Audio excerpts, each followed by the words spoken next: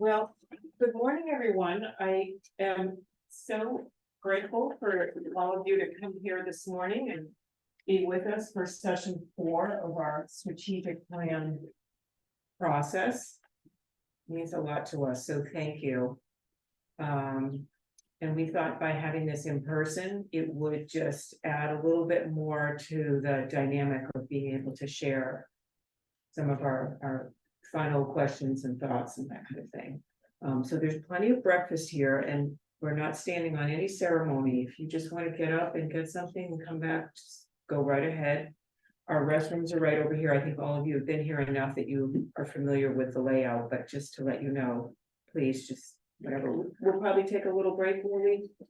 Partway through, Amanda? Yeah. Take a little. Yep, because I was put up. All right.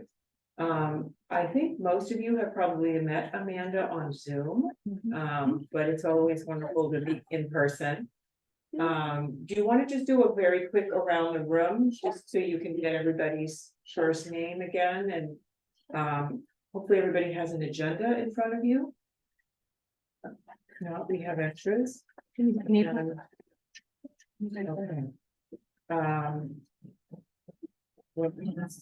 Anything else that I'm missing from my prevention team here? Great, we'll get started right on. So thank you. Hi, Deb. Yes, and Deb Schmill is beaming in from afar. We appreciate your making those arrangements, Deb, so we're happy to have you. I appreciate you making arrangements to allow me to be here, so thank you. We're happy to do that. So, in fact, Deb, while we have you, come on in, Liz. Would you like to go ahead and start off? Just give a brief intro. Sure. Yes. I'm Deb Schmill. I'm a Needham parent and founder of the Becca Schmill Foundation, an organization that works to protect kids from the harms of substance use. Thank you. All right, and welcome. So why don't we go around the room? Actually, we'll start over here. We'll have Janet, and then we'll go around this way. Okay, I'm Janet Jankowiak. I'm a behavioral neurologist, passionate about the brain and particularly the vulnerable age of teens and young people in developing brain, and how important it is to get them on the right track to begin with. I'm Jackie. I'm an intern, so I've been doing some project for SPAN this summer. So yeah, I'm very excited to be here. I'm Karen Mullen. I work with youth, and I'm really excited to be here on the last planning session. Looking forward to this morning. I'm Liz Lee. In my professional life, I do DEI consulting, especially around means for people who are white and white adjacent to understand what it means to participate in equity. I also have a focus on parenting, and that's what brings me here, is because I'm really interested in the interplay between socioeconomics, parenting, and substance abuse and other maladaptive behaviors that teens, release in their teens. All right, so all of that, I'm also a school committee member, and so I am the currently and for the future. I'm Chris Baker. I'm with the police department. I've been on this committee and its many different names for a long time. Still pretty passionate about the work, so that's why I'm still there. I'm Monica DeWinter, and I work on the STOP Act grant, which is substance use prevention for youth, specifically alcohol, and working with police and businesses in town to I'm Lydia Cunningham. I work here at the Needham Public Health Division on the Mass Call 3 Regional Youth Substance Prevention Grant, alongside Carol Reed. The towns in our region are Needham, Dedham, Walpole. Hi, Sarah Shine. I'm the Director of Youth and Family Services here in Needham. I'm Sari Mussman. I am a Needham parent, 11th grader and ninth grader.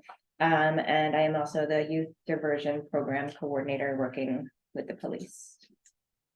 Hi, Angie McDonald. I work in the Needham Public Health Division with Karen, focus on SPAN. And I'm also a parent of teens right now.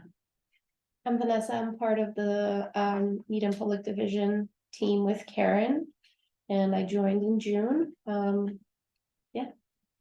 And work with Monica on this. Yes, and I stuff. work with Monica on the stop grant and the rest of the SPAN team on Smith. Great. And if I could, Jackie, I'm not trying to reveal too much, but tell everybody a little bit about where you are in the world. So I just finished my first year at UC Santa Barbara and I graduated from Needham High in 2022. So, yeah. Thank you. Thanks. So you're going back to school? Yes, I'm going back in a few weeks. Oh, okay, so we'll see you on Zoom.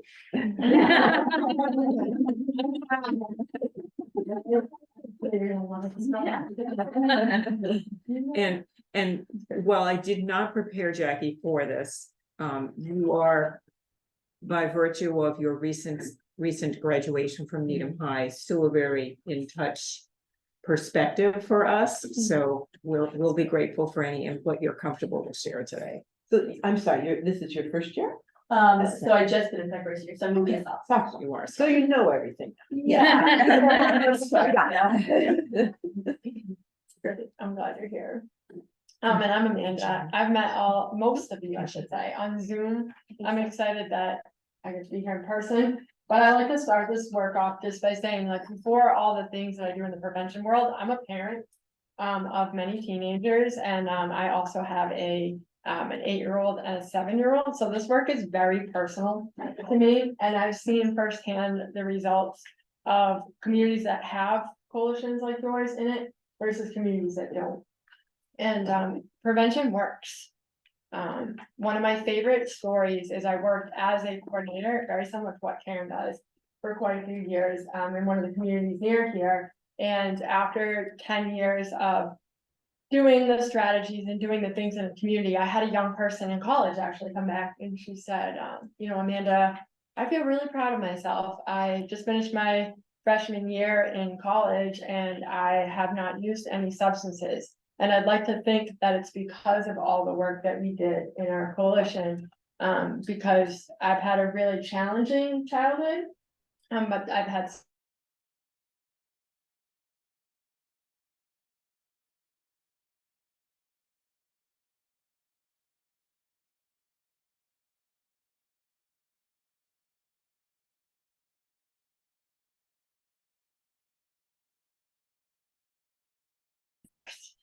so without further ado, our goals for today are up here. We're going to just quickly look at our vision and refresh ourselves on that and our mission. We're going to explore logic models and data. I promise I will make it a lot more fun than that sounds. We're going to work on identifying our current risk and protective factors. We're going to do some activities that'll help us kind of drill down to why substance use is happening here in Needham. Then we're going to talk specifically about some of the local conditions. So we have a broad idea of maybe some of the reasons, but there's some specific things that are still happening. And I know that some of you have funding and grants that already address some of these local conditions. And then we're going to just talk about all the strategies that we're currently doing and make sure that they're lined up with what our root causes are.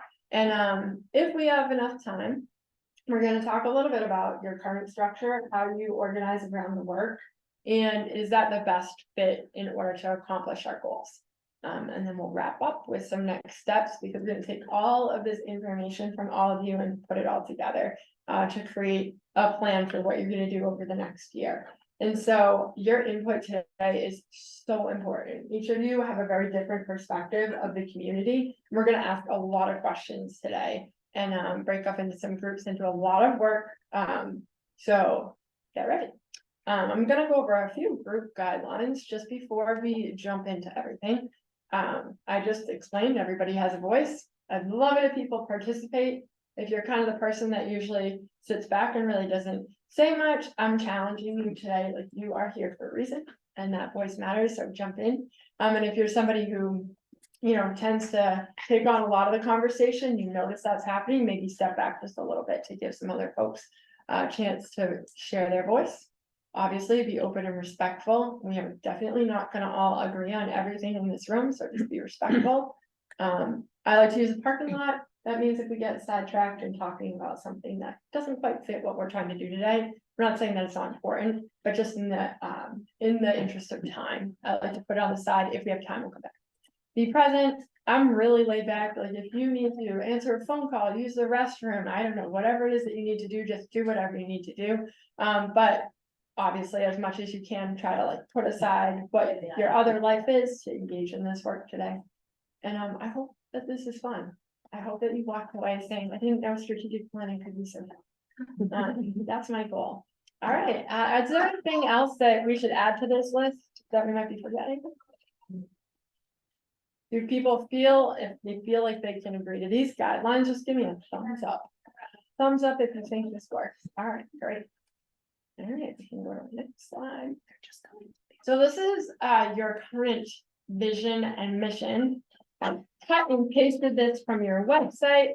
So it just says we incorporate a collaborative, community-based and data-driven prevention approach to reduce alcohol, marijuana, and other drug use among Needham youth. And the way that you do that is through community education, partnership, and strategic action. We will decrease the risk factors indicated in substance use and increase the protective factors that are known to support youth to make healthy and safe choices. I'd love it if people could just maybe like write down on your own notes.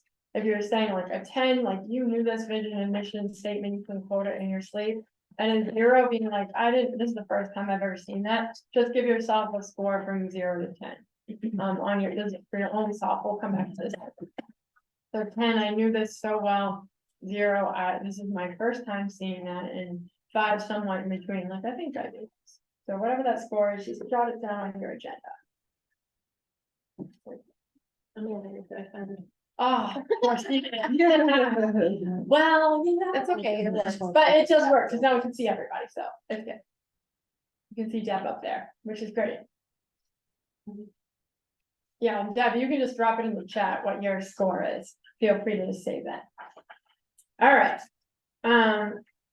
My next question is, we're going to talk a little bit about logic models. And I would love to see a show of hands of people that have heard of logic models before, and there's no shame if you haven't heard of them. All right, great. So some people are new. We got a mixed group. So I'm gonna explain just a little bit in detail, just so we can catch the whole room. So a logic model, I like to say, is just a roadmap for what it is that we're doing. So people oftentimes in the community will come up and say, oh yeah, this nice coalition span. What do you do? Right? And that can be really hard to explain because everyone probably has a little bit of a different answer sitting on this table. I like this a logic model because it's a map to say this is what we're doing and this is what we're focusing on. So I have a sample up here. I can show you. The problem first would be like whatever your substance is in your community that you're focusing on. So this sample, this community is choosing to focus on underage drinking and electronic vapor products. That's what they decided to focus on. The way that they came up with these two substances is looking through a bunch of data in the community. And you can go down to the next draft.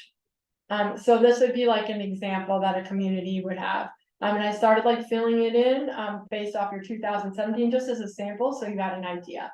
So for instance, back in 2017, you all decided to focus on underage drinking. And one of the big reasons was you came up with easy access to alcohol, and you came up with a few local conditions, being that youth are getting alcohol from people they know who are 21 plus, youth getting alcohol from retailers, etc. And each of these boxes underneath would have like current data. This is old data, so don't pay attention to that for right now. But this is what the roadmap would look like. And then based off those local conditions on the far right, you would come up with different strategies that specifically address those to change that in your community. We can go to the next.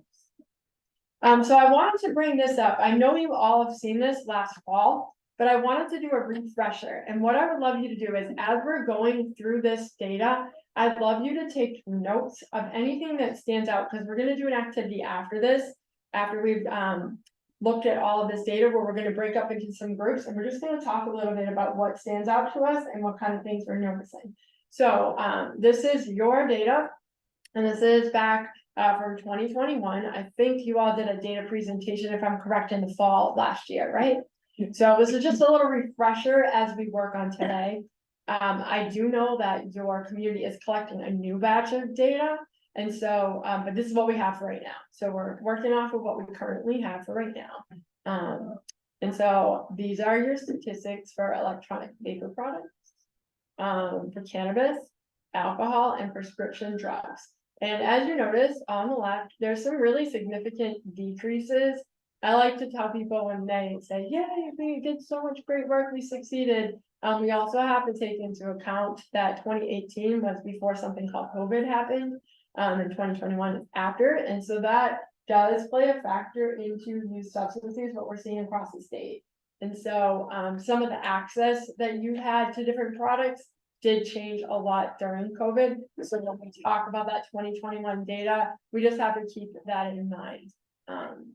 And then you see on the far right, alcohol increased, and prescription drugs increased just a little bit. And you can go, this is, by the way, this is 9th through 12th grade, 30-day use. So here's a few of the things that you all found out from the Metro West Adolescent Health Survey. 50% of students drank alcohol in their lifetime. 31% drank in the past 30 days. 19% of youth reported binge drinking. 35% of females and 26% of males reported current drinking.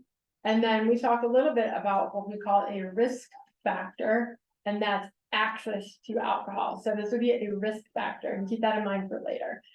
Places that youth were obtaining alcohol: 74% from a party, 28% with parents' knowledge, and 29% without parent knowledge. And there are a whole bunch more access, but in the interest of time, I just put up some of the major ones right here for you. So just anything that you've noted, just take note.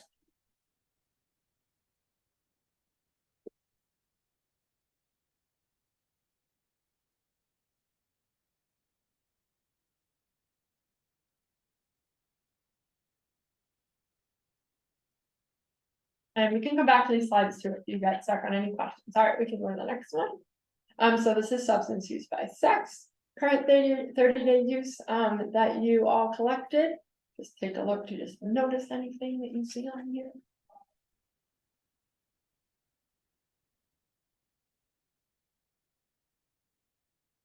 Great, and we can go on the next one. And this is lifetime use compared to the Metro West. So Metro West, there's a whole bunch of different communities in Metro West that take this survey. I think it says that there are a little over 22,000 youth. And this is just how you compare, how you stack up. And I noted in your data that you had this circle from back in the fall. So all right, you put these in here. So just anything that you notice. Great. All right, we can go move down. And this is something called perception of harm. So this is what we would also call a risk factor. So we know that when youth believe that a substance is more harmful, they're less likely to use it.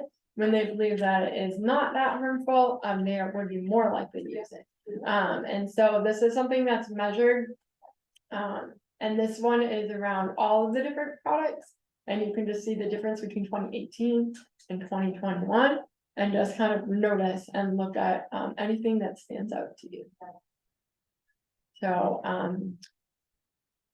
perception of harm. Could you read the? Yeah, sure. I cannot. So on the far left, it says taking 1 or 2 drinks of an alcoholic beverage nearly every day. So back in 2018, 78% of youth thought that it was risky or harmful.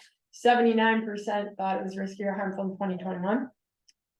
Using electronic vapor products is the second bar, and 71% of youth in 2018 thought it was harmful, but 87% thought it was risky or harmful in 2021. The next bars are using marijuana once or twice a week. In 2018, 60% around thought that it was harmful. But now fast forward to 21, 52% of youth think marijuana once or twice a week is risky or harmful. And then on the farthest right, this wasn't measured in 2018, measured now, but it just says people your age using marijuana every day or almost every day is about 80% would say that that's risky or harmful.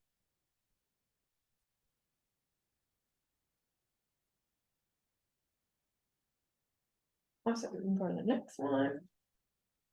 So I put this in as well. This is what we would also call a root cause or a risk factor. Is the correlation between mental health and substance use. And a lot of times people will say that youth are using because they had mental health issues. But we found it both ways. So youth are using because of mental health issues. And then also you have issues with mental health because they were using. So it works both ways. And it's really hard sometimes to like piece out like which was the first, which the chicken or the egg kind of thing. So 31% of students reported their life as very stressful in the past 30 days. Females were far more likely to report this level of stress than males, 42% versus 19. And then school grades, homework, tests, this was written as the most common source of stress. And then 42% of students experienced symptoms of generalized anxiety disorder, up from 33% in 2018. Ask, is this general Metro West or is this specific to Needham? This is Needham, yeah. This is your data. So anything you notice, just jot it down. All right. Okay. Yeah, just grades on to talk. Yeah, all of this data is going to talk. Okay. And this is depressive symptoms. I also put both of these slides in. So 22% of students reported depressive symptoms in the past 12 months, up from 13% in 2018. Intentional self-injury reported by 16% of youth in the past 12 months, up from 9% in 2018. And then many youth who report mental health issues also reported they're not receiving mental health services. 12% of youth seriously considered suicide in the past 12 months, up from 9%. And I just want to highlight that piece right there, the 12% and 3% when it comes to considered and attempted suicide. When I spoke to one of the data analysts that does this work, they said that it's self-reported, so it doesn't necessarily go with what was followed through and like would be considered by a medical professional as far as like attempted suicide. So it's like what they this is a self-reported survey. It's not data from a hospital. So just keeping that in mind. Still very serious, but I think it's important to just put that out there and help people understand. All right, and go to the next. And then these are just mental health patterns over time and just the differences. So in the blue, the line kind of on the very top, life is very stressful over the past 30 days. The next is kind of an orange line, felt nervous, anxious, or on edge, and we started measuring that in 2018. Unable to stop, control, or worrying more than half the day, nearly every day is the gray. Generalized anxiety disorder, brief scale, suggests a need for further diagnostic evaluation. So that's kind of like, there's more work that needs to be done in researching that piece. And then felt sad, hopeless almost every day for 2 or more weeks is the middle kind of light blue line. Hurt or injured yourself on purpose, past 12 months is the green line. Seriously considered attempting suicide over your lifetime. It's kind of like a black line. And then the bottom, the red line, is attempted suicide over your lifetime. And so just anything that you notice, you can just jot down.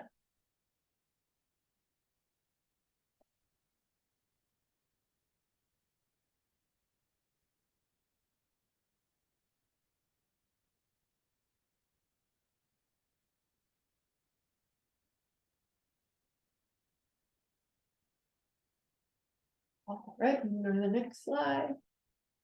And then this is just the intersection of substance use and mental health. So they crosstab whether a youth used a substance along with whether they reported having symptoms with mental health.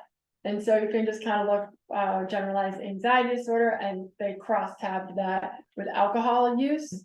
And just kind of like the picture, so the light, part is the people who are using a substance, and the dark portion is people who are not using a substance. So you can see across the entire thing, just kind of the very difference between users and non-users and their correlation of mental health. But feel free to just write down anything that in particular sticks out to you.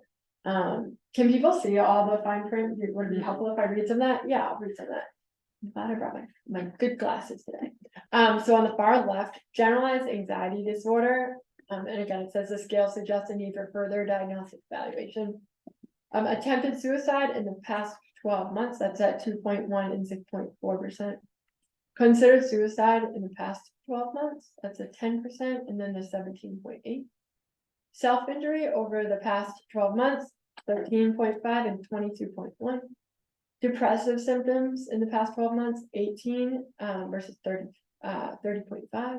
And then life's very stressful for the past 30 days, and that's 28% versus 38.6.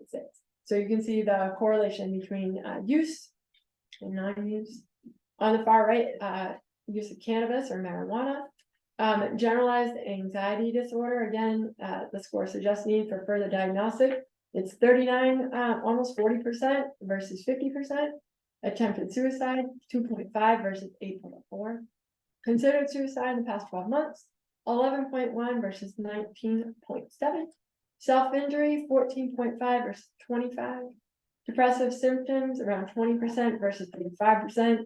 Life's very stressful in the past 30 days, 30% versus 33%.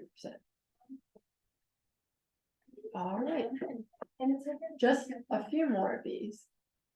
And then I also pulled out some of the disparities. So we like to look at just different pockets of the population that are experiencing substance use differently than other populations, and some of the significant differences that we found in your data where youth with disabilities, youth with a self-declared disability are all using substances at a higher rate than their non-disabled peers. And the dark colored is youth without disabilities, and the light purple is youth with disability. Is there ever a breakdown of the definition of disabilities, whether it's physical, mental, emotional, or I will medical defer that limits? to Karen. I think there may be, I can think go. so too. Because I'd be curious if back like and look. medical would have a different take on that than physical versus emotional. Right. And I know I can definitely find out if we don't know here, I can ask. I'll look into it. Great question. I think this, the Metro West Adolescent Health Survey might say like learning disability and physical disability. Yeah, I think you're right. Not medical. No, yeah, physical, I think, and learning, and it's self-reported, self-declared. Yeah, I think that's important to keep in mind too, that all of this is self-reported for you. And then the next piece, another disparity, LGBTQ plus youth are more likely to use substances than their straight, cisgender, heterosexual peers. Anything you notice from the differences? And then I have one more. And females and alcohol. I'm sorry, I just was curious. Sure. Was the prescription drugs abuse? So it's, It would be the question Great. specifically says abuse. right? yes, Okay. it says use is not used in a way that what you were not prescribed. So it could be your own prescribed, but you were using it in a way that you wasn't, consistent with that, or it could be that you were using something else. Great question. And then female youth are significantly more likely to use alcohol than males. So another disparity.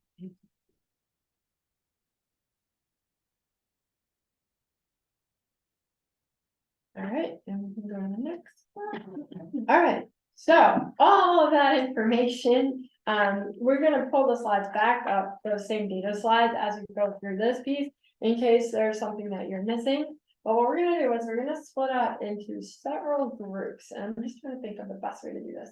I think we could get 3 groups in here would be great. Let's do like a group on the end of the table, one in the middle kind of, and one on this end. So I might have people move around. So if we can split ourselves up into 3 pretty even groups, that'd be amazing. And then I'll walk you through the next part of this group reflection. So maybe like. this group, Am I in the middle? Yeah, I'm thinking about our group, so 1, 2, 3, 4 maybe, and then one, And you 4. since Vanessa's sort of Or do you here, want to- would you wanna just? Sure. Move Do you it want to one of the groups there? Then you want 4, 4, and 4, Yeah. that'd be great. Cause All we're right. the you and I, Vanessa and Deb. Okay. And then I can go. And I'm gonna explain, I'll explain the guidelines, yeah, in case people wanna move too, I'll explain the guidelines. We can go to the next. And this is just something I would love, people to do, so, before we jump into this, I'd love it if you in your role. Consider yourself as a youth, or you interact with children and families every day, and children, I'm asking like under age 18.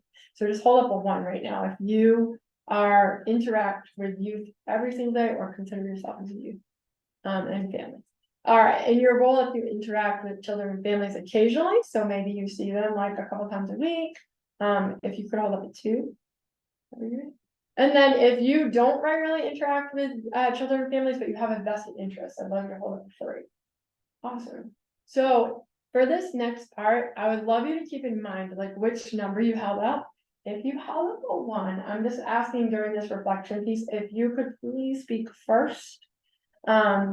If you're a 2, second, and then if you're a 3, last. And the reason behind this is because oftentimes in spaces like this, well, people that are not closest to the population this affects, they'll often be the last to speak. So we really want to hear and elevate those voices first, the people that are closest to the issue or the problem. And it's not to say that one person's voice is more important than another. It's just we want to be listening to the voices closest to the problem issue first.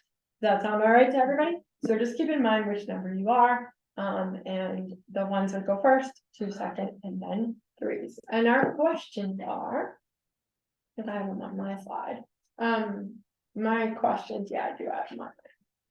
So the questions are that you're gonna just talk about what specifically did you notice? What are you curious about?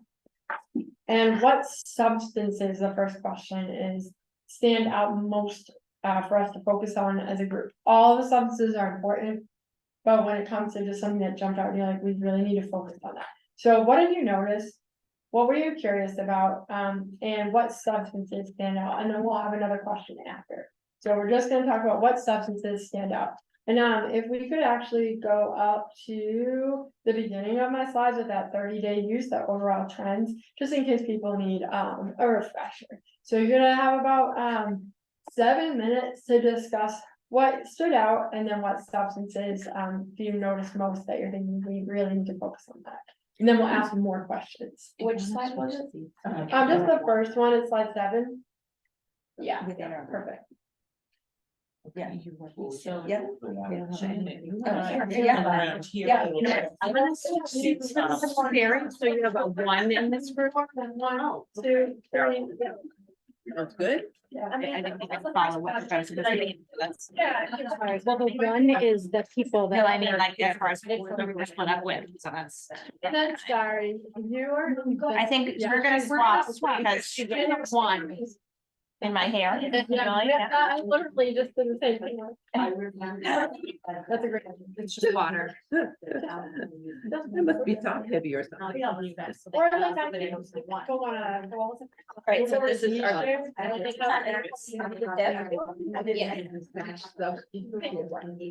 So what did you notice? What Are you curious about? 1, yeah, I think. And what substance stood out Just to you? the sort of most? with my experience at the high school and also like my sister just like in so she's very much still there and sort of around all these stuff. Among all the different Um, we saw. Definitely like some that are What are you curious about? and I took both of these surveys. And To you the most? Deb, can you hear us over here? It's interesting to see the statistics. Some of them were surprising. She's on my experience. Yes, yes. Oh, great. We can bring her Okay. closer. The way. Bring this over. I think I put also the microphone for my computer. I don't. I mean, All my right. Deb, can you hear us? I can. Okay, great. And we can hear you. Great. Perfect. Um, Sorry if my back is to you. Like especially the female male Okay. breakdown. So do I did. we, I can take notes if we want to go around. Okay. Sarah, do you want to start? Sure. Okay. Um, For first one, what did you notice? Yeah. Which ones did you? I was looking at the first slide. So I Email is the. noticed that I can't help but think that so much of it is not I accurate. didn't say. I would. I there's no way of saying that, but you know, the first thing that caught my mind in the very first slide was the cannabis and vaping instances being low from 2018 to now. Because I just don't see that, especially in the world of cannabis where it's more and more accessible from, you know, legalization to people being able to get it from their older siblings, from their parents, from you know, whatever. I just, it's hard to believe that that has gone down. And the vaping is just, I feel like you could walk down the streets of Needham and just find a vape on the street, you know, on the floor, everywhere you go. So I just feel like those numbers have gone up, and you know, what I'm seeing and talking to kids, it's gone up. And then, you know, along the same lines of perception of harm, with, I just found it surprising that 87% Nobody like. said that that was something that they saw was harmful. Let me go back. Was that alcohol or No, cannabis? vaping. Okay. Again, not to question the data, but hard to believe that 87% of kids would say using electronic vapor products was harmful. When I think so many use it. And in my world, I think so many use it because they don't think it's as harmful as other substances. You know, to them, it's not connected to like using a cigarette. It's so much better than smoking a cigarette, because, you know, I just think that kids have this view of this is not that dangerous. Okay. So that was surprising to me. What was the question? What did I notice? Okay. And I also noticed a big uptick in self-harm. 2018 to 2021. There was a really, that was a really big uptick there on the screen. And what was the other one? Oh, the felt sad or hopeless. Yeah, so I feel like emotional states of kids now are getting worse and worse. Yeah. Especially with the pandemic. Okay. Great. I'm just making an inference. I'm not sure, but I think that using electronic vapor products kind of skyrocketed when the studies came out saying that like the vapes were actually not good for you because of the chemicals being used in it. I remember that there was like an article in the whole like uproar that came out a couple years ago. I'm assuming that that's might have been like the uptick, Right. but I'm not sure. Right. I do think that there was a lot of marketing.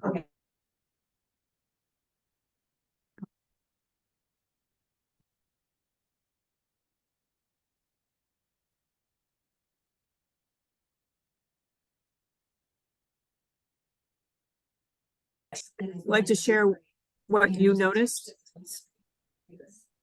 So I suspect. and then Janet will go to you. Deb, can you hear us okay? You froze for a bit. Okay, yeah. So I'm up. Things that I noticed, I was also really surprised by the reduction in marijuana. That just, it doesn't make sense to me either.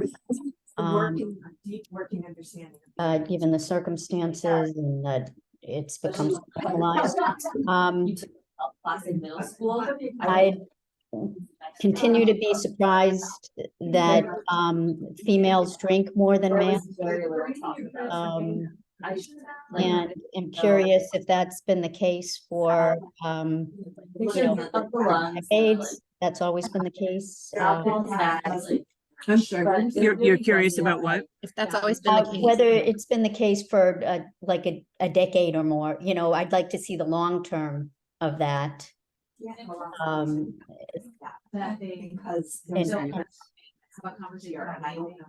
I'm trying to find right here. Yeah. Thank you. Okay. Yeah, I was really, I'm always surprised when I see that. Would be very interested, as mentioned earlier, about what they mean by disabilities.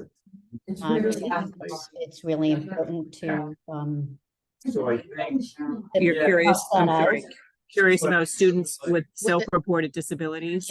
yeah, and what the definition of disabilities is, because the implications are obviously hugely different based on what the definition is. I feel like that's why I was questioning so much the medical piece, because I wonder if it's a medical disability, if kids would be less likely to be partaking, because it could impact them at a critical level.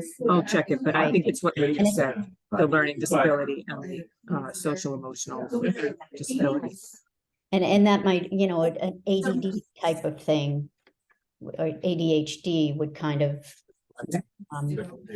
Fall into that, right? not immediately think of that. And let me see. And the rise in attempted suicides, you know, 42 in a year.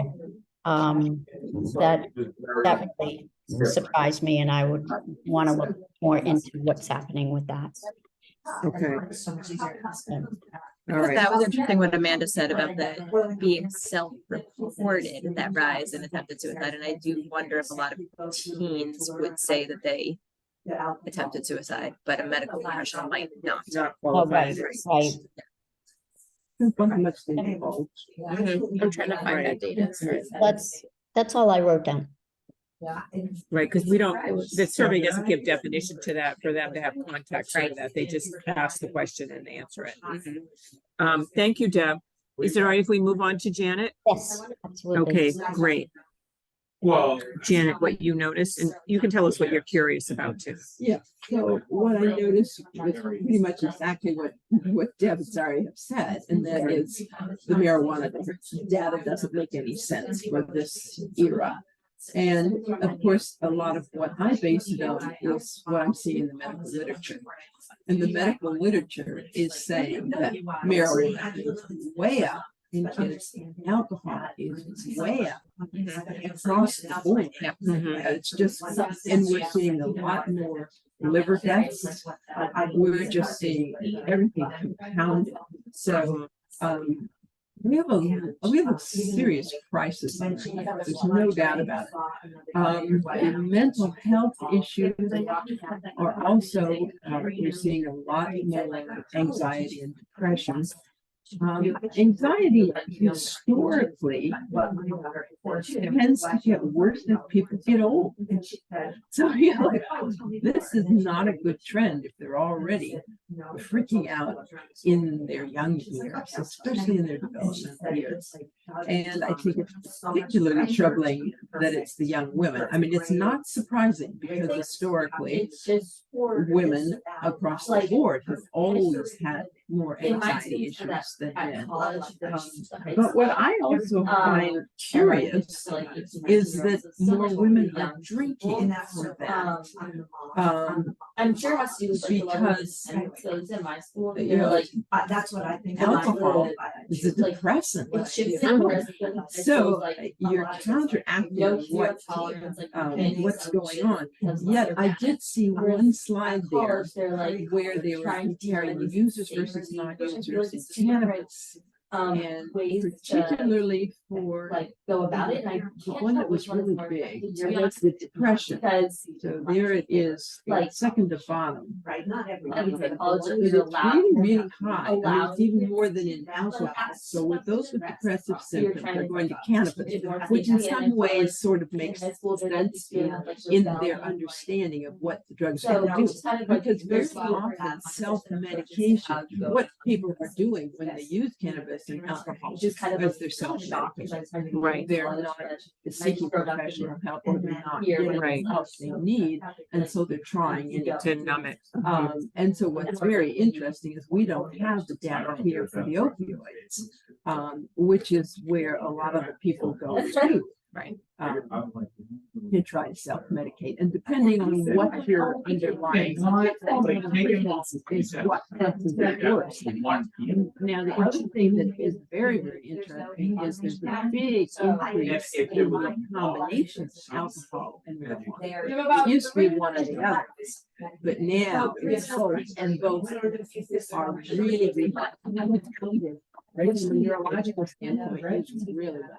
Right. Right. Karen, we gotta hear from you. Yeah.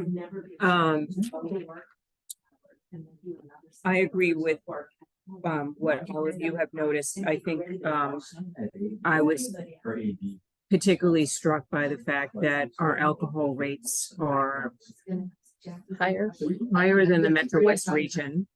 There's 25 towns that take that survey, so Needham compared to the 24 other towns. Tied into that obviously is the increase in female use versus male use. And then, of course, none of this can be denied in terms of its intersection with mental health. And you've stated it quite eloquently in terms of people who seek alcohol and cannabis, for example, in particular, to perhaps mask their feelings of depression or whatever their mental health and concerns are, or red flags, I should say. And then the vaping is going to be very interesting. I agree with you, Sari. I think that the 2023 Metro West survey that they're going to take this fall will be very revealing, because I too, when I saw that huge decrease, cannabis as well, but vaping is, in this case, is just, I think, particularly a one-off, but we'll see. When we first got the results about the decrease in vaping, we collectively said, well, it could be a combination of things. It could have been lack of access. It could have been all the campaigning that was done to increase perception of harm. And also the ban and the flavors. Remember that happened just before the pandemic. We were conjecturing, of course, but so we'll see what happens with the new. But that's back, right? Flavors are back.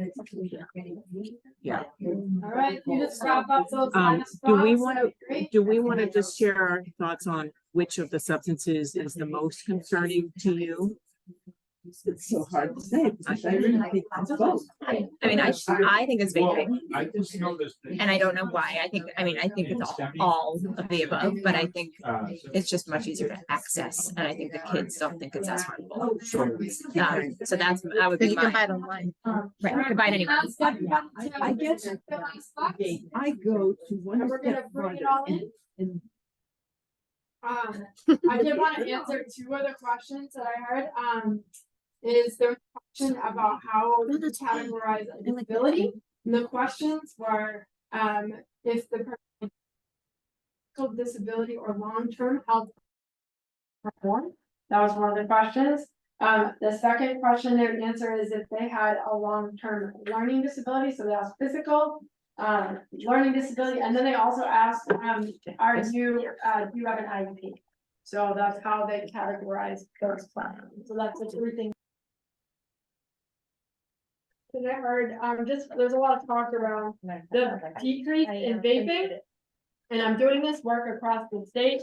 One of the things that a lot of youth in focus groups have said, that is just of interest, I think, to this group, is there was a lot of campaigning that was done that said, did you know that like one vape is like having 10 cigarettes is as bad as 10 cigarettes? And so the hope was in that campaign that youth would say, it's so bad, we don't want to do that. But what happened in a lot of communities is cigarette use started to trickle up a little bit, because youth look at it as cigarettes are safer than vapes. And so just interesting thing that we've been hearing across the state.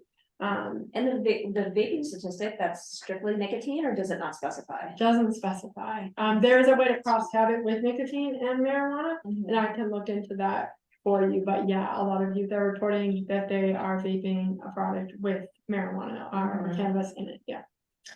So I'll look into that for you. So I'd love it if each of the groups could just share out really quickly, and then I'd love it if we could kind of put, on your sticky notes, just like your bullet point, like your main ideas. Cause I'd like to save that information for the group, so if one person wants to share out and, just bullet point your main ideas, on these sticky notes, and we'll just put them up here. Oh, yeah. So just maybe one main idea per sticky note, so we can move them along later. And we'll go back to slide 19. If we can do that. There's kind of our big questions, they're bouncing around there. Perfect.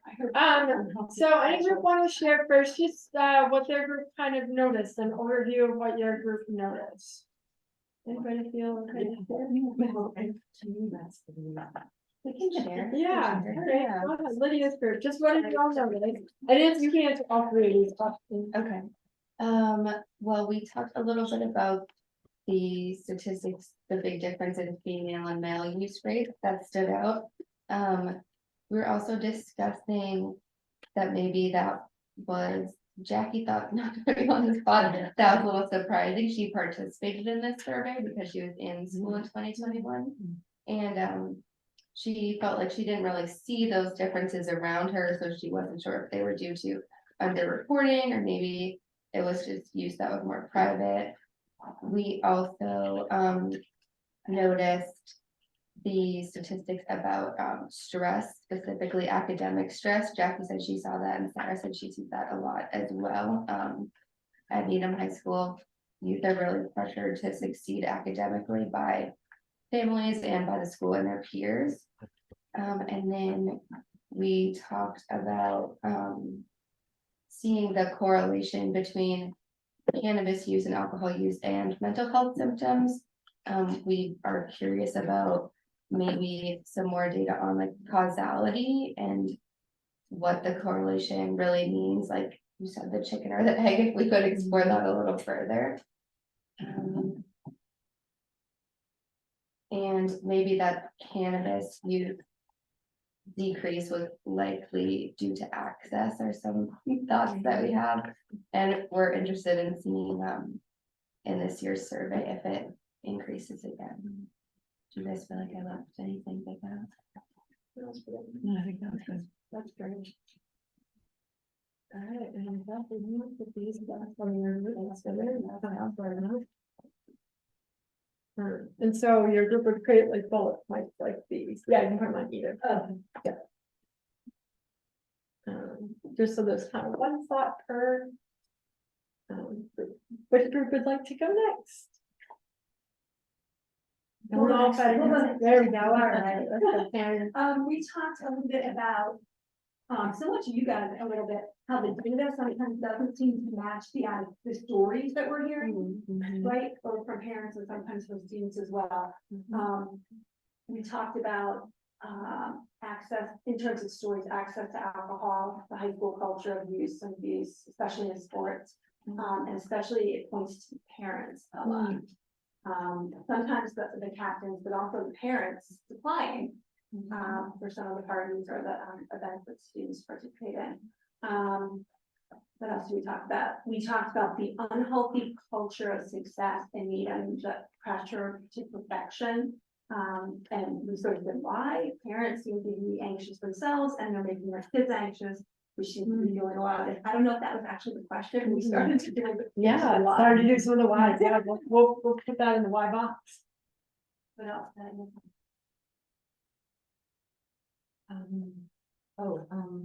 I think our main focus was on alcohol and cannabis. Those were the ones that stood out to us. And the fact there are delivery services that don't check IDs, and there's also things. And parents are anxious for kids to do well, and then the kids get stressed out in their forming. I have a question, maybe for Aaron or Monica. In the past, when we've done focus interviews, is that a voluntary interview or is it kind of a range, like, just curious, with the youth? It's whoever can be available. Yeah, The ones that were done in the classroom or the ones that were in? well, either. So in. So is there, I'm wondering, just in the future, if there's a way to kind of work with the schools and they're like, hey, you know, we're gonna interview, kind of get a more random sample. So, Because I feel like if, who's gonna volunteer? right, The ones who are not. And they may give you like anecdotal stuff of what they hear, but they get that, you know what I mean? So it's just something to think about. yes. So in 2021, we did focus groups through the wellness classes, because we Oh. figured by having a classroom full of students, we get a cross section. And we did, was it freshmen and juniors? We did two. We did two, I think. Actually, yeah. So we did that over Zoom, but we did 2 grades, random cross section through the So wellness. how many, classes. what was your sample size? I'm trying to remember, we might have had 10 or 11 in the class, 10 to 12. So I don't want to steer us off course, but along those lines, I am curious, and maybe this is a question for Jackie. How do we get these kids to be more honest in these surveys? And I feel like part of the problem is ours. At least, you know, as a parent and working with youth, we spend so much time telling them nothing is private. You know, we talk about like social media, nothing's private, anything you put out there, it's, you know, and they're doing these surveys online. So we've taught them nothing's private. We might be telling them it's anonymous, but they have heard so much. Like, why are they gonna believe that it's private when we tell, like, it's a school iPad, it's a school computer, anybody could see anything I'm doing as we teach them. So I just feel like there's, especially the kids who probably know they're doing things they shouldn't be doing, or things that they know are high risk, or things they know are dangerous. They might not answer. I don't believe they're answering honestly. Yeah. I just want to weigh in as a student who was doing drugs and alcohol in recovery now in high school. If you, I answered questions very openly and honestly at that age because I was crazy and I liked the shock value of like seeing the parents' faces. So I wouldn't immediately assume everybody's lying. Cause I was like, yeah, I did that. You know, I definitely told people things that in hindsight, I'm like, I can't believe I was talking about that. I would love to comment too. So this question comes up in a lot of these. Yes. And I'd love to talk to like the evaluators. So there's a handful of different things that they respond to this. One is your survey data, like if all the youth were lying, would look extremely different across the region, like everybody would have to be lying all over. And your data tends to look pretty similar, like not, you know, drastically different than all of Metro West. So that's one thing they say. A second is it's very hard to remember what you lied on consistently across the whole entire thing, across the whole survey. So you're like, did I lie on this part or did I lie on that part? And so if they catch any lie for anything, there's lots of like random questions in there, like, do you wear a helmet? You know, things like that are not very risky to answer. And if they notice a lie on any of those things that are like inconsistent, they throw that survey out. And there were a handful of yours that got thrown out for that. Then on top of that, one of the other pieces that they put in is that everybody takes this survey at the same time. And they've done this study. So there have been times that they didn't do it like this, and the students in the morning would have a certain set of data, then all get together at lunch, talk about the data, and then you have a very different set of data. And I personally have witnessed that. Before they did it on computers, I had graphic art drawn all over my surveys after lunch compared to before lunch. And so there's a lot of measures that they put in place so that you can say it's relatively accurate. And again, yes, there's always a chance that some youth are lying, but your community doesn't just look at Metro West data. They also look at, you know, going into focus groups like you were just saying and asking youth about some of this use. And then looking at like school data around, you know, was a youth caught with a substance? And so looking at all that, one of the big things I kind of heard mentioned was like, is the vaping piece true? You know, are some of these true? And again, this was taken like right after COVID. Across the board, across the entire state, people are like, yeah, there was no smoking really in the bathrooms when we first came back to school. Like we didn't see a lot of vaping, and now that looks very different. So I am curious too what the data will look like this fall compared to 2 years ago. A lot's changed. Right, because they've only been back in school about 6 weeks or so. Yeah. yeah, back then. Can I add one more thing from our group? Mhm. We talked about, you know, there's a little bit that gets at sort of the severity of, say, alcohol use. Mm, You know, do you binge drink, Mm. right? But, my tales out of the high school have indicated that lots of kids are going to rehab. Mhm. And sometimes going to rehab multiple times. mm, And, I mean, and I'm talking like at least 5 of my daughter's friends. mm. So wondering if there's some way to find or capture kind of the, oh, I went to a party on the weekend and I had a drink or 2 drinks versus I'm at home drinking from my parents' alcohol stash on a regular basis. Yeah, there is a way to cross tab it, and I don't have it, but there's a way that we can ask for that. Yeah, and we can look this up. Thank you. And then we have one more group. Our group, yes, so like the other groups, we noticed right away the decrease in the data for 30-day use on EVPs and cannabis, and our group was generally in consensus about like, oh, really? So we had some questions on that data. We noticed the difference in use of, especially around alcohol, of females versus males, that females much higher in use. We also noticed the increase in self-harm and other mental health behaviors, and especially among females. And we also noticed that intersection of those mental health red flags with alcohol and cannabis use. We didn't quite have a chance to fully vet the last question around which substances stood out to us the most. One of us did comment on EVPs. There was another comment just starting. I don't know, Janet, you wanted to add in on that, but we need to really finish. Yeah, we'll get, yeah. So I also had another thought. So we noticed that alcohol is higher in Needham than in other towns in the Metro West. So my question goes back to, are the parents in Needham using more alcohol than in other? Question.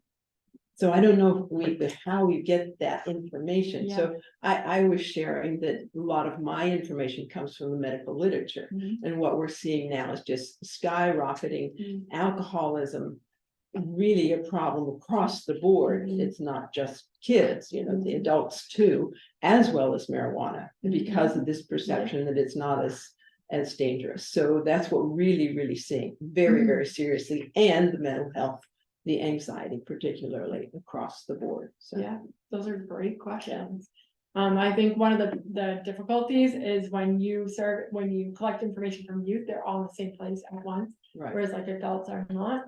And you know, to get adults to take a survey on this is there's a lot more logistical challenges. Yeah. But I think also looking at other data that could support your, you know, what you're asking, looking at like admission rates and things like that for treatment in your area, things like that would be helpful. Great questions. We're gonna dive into the next piece right now. Yeah. One thing Sure. that I didn't see, that hasn't entered our discussion, and my teens and their friends worry about losing democracy, dying in climate change. That I feel like that is something that maybe is impacting the data and the substance abuse and the mental health that wasn't really as present like in 2018 or 2016. Yeah. I mean, right now, my kids actually say, your generation mom, like, effed it up. So. Anyone has any ideas on how to fix that? I do think we can talk about this a little bit later on, but I do know that some of the programming around reducing vaping and tobacco use ties really strongly now to what you care about along the lines of climate change and the ways that we can partner on things together. We can talk a little bit about that as we move forward. But good comments. All right, we're gonna jump into a little bit now just about risk and protective factors.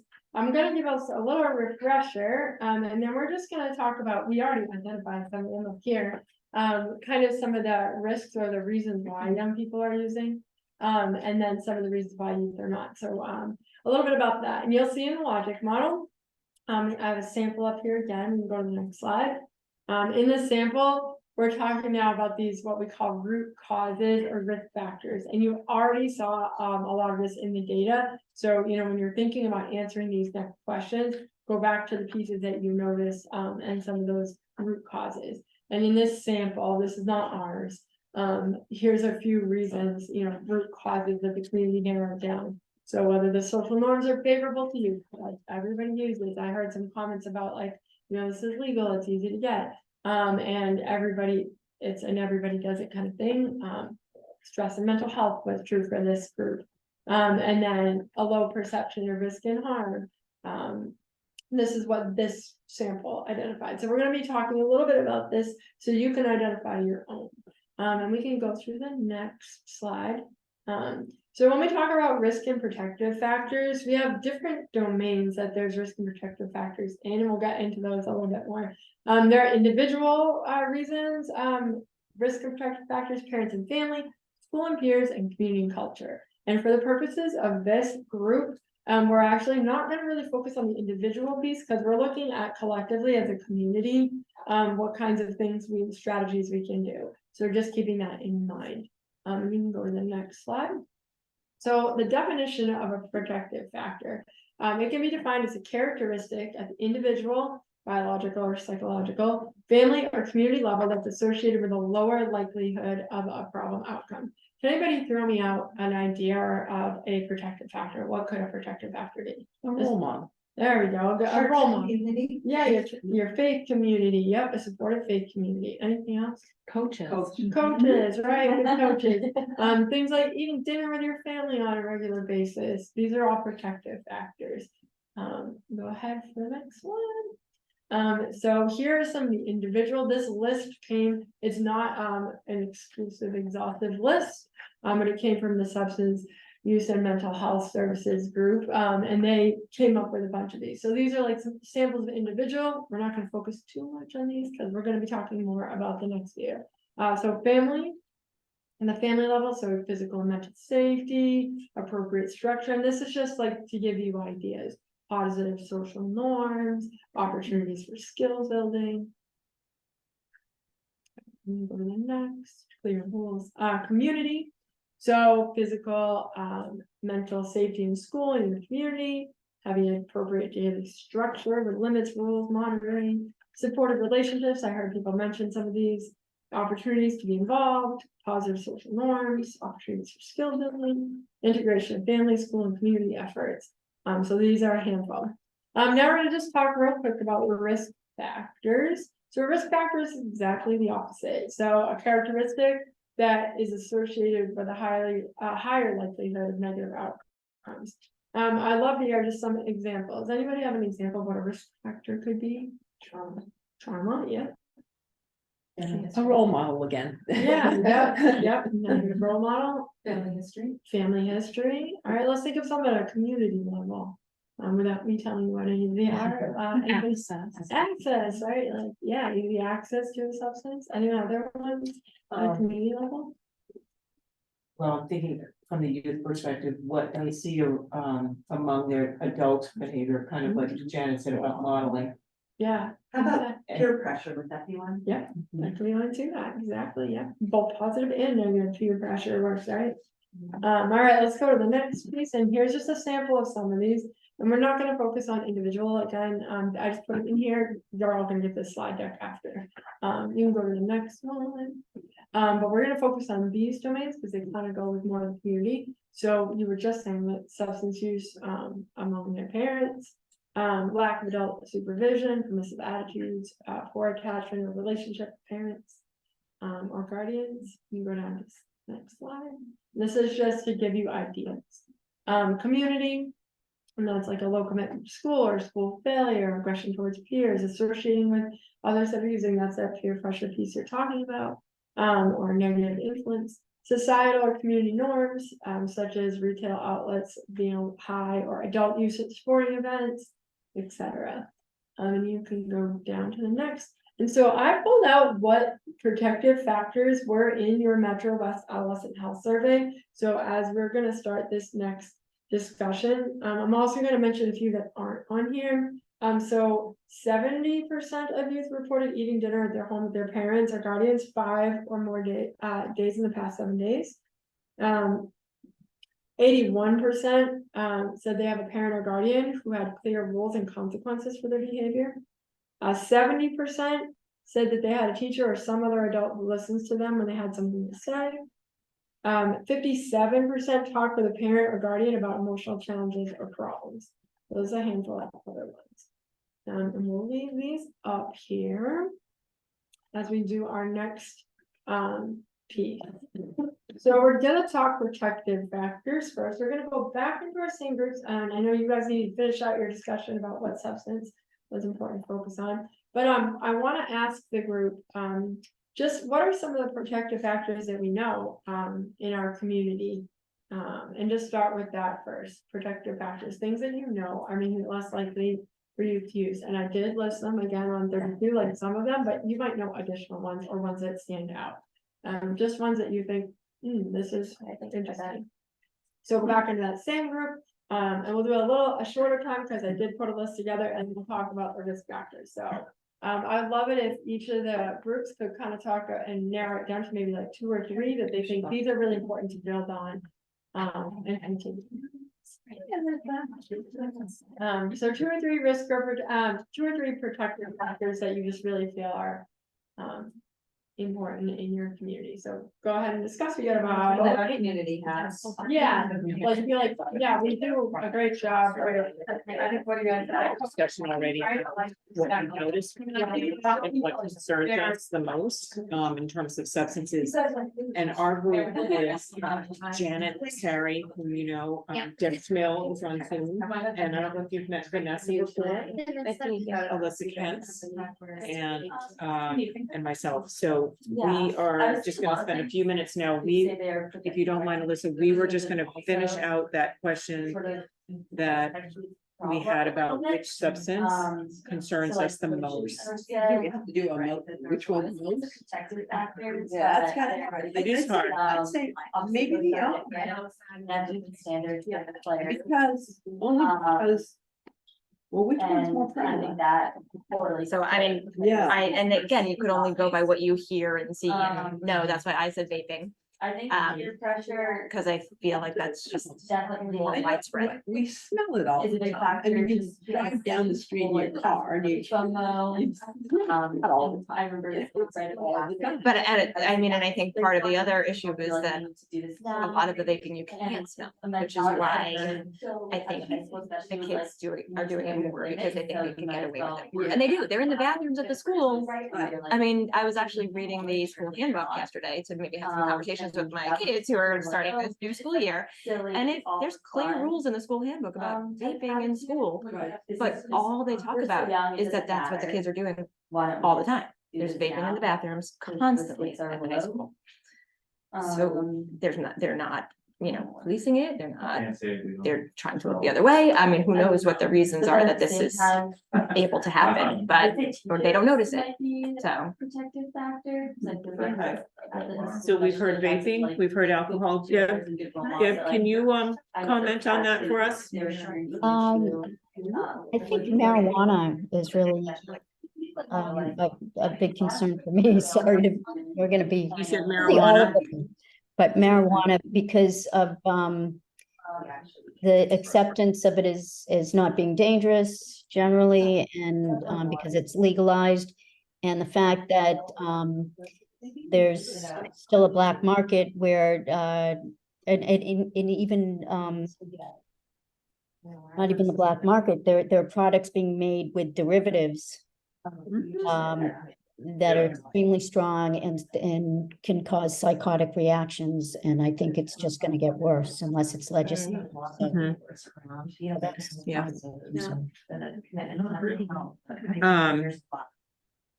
Yeah, I'm a little concerned we still haven't talked about opioids because they're definitely out there.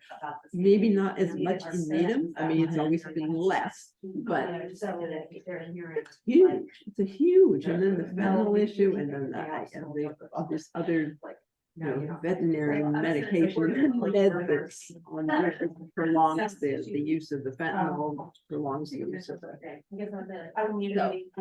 But for us here in Needham, yeah, I'm fine if we want to say marijuana instead of cannabis instead of alcohol. I think it's both, and I think that's the problem because they are being used together. And that's what's becoming even more of an issue, is people keep adding on. So I think I'd say the combo, because it's the combos that are even more dangerous. And it's the self-medication. Alyssa, putting you on the spot, I know, but just from what you know in the community and your perspective, do you have a sense of which of the substances that our coalition has been working on, which of them to you stands out the most as a concern? I go back and forth between the marijuana and alcohol because I think through that. what scares me about the alcohol is the binge drinking. But I do think marijuana is more readily available than it has been, more used than it has been. If you're at a party, like in general, more accepted. And like all the edibles and stuff, the gummies scare me because I think there's always the risk of kids not knowing how many gummies they should eat. Right. No, they're used to eating a whole bag of gummy bears. So Yeah. people If they do still that, they're post, gonna have talk some about major problems. substances Yeah. on social Right. media.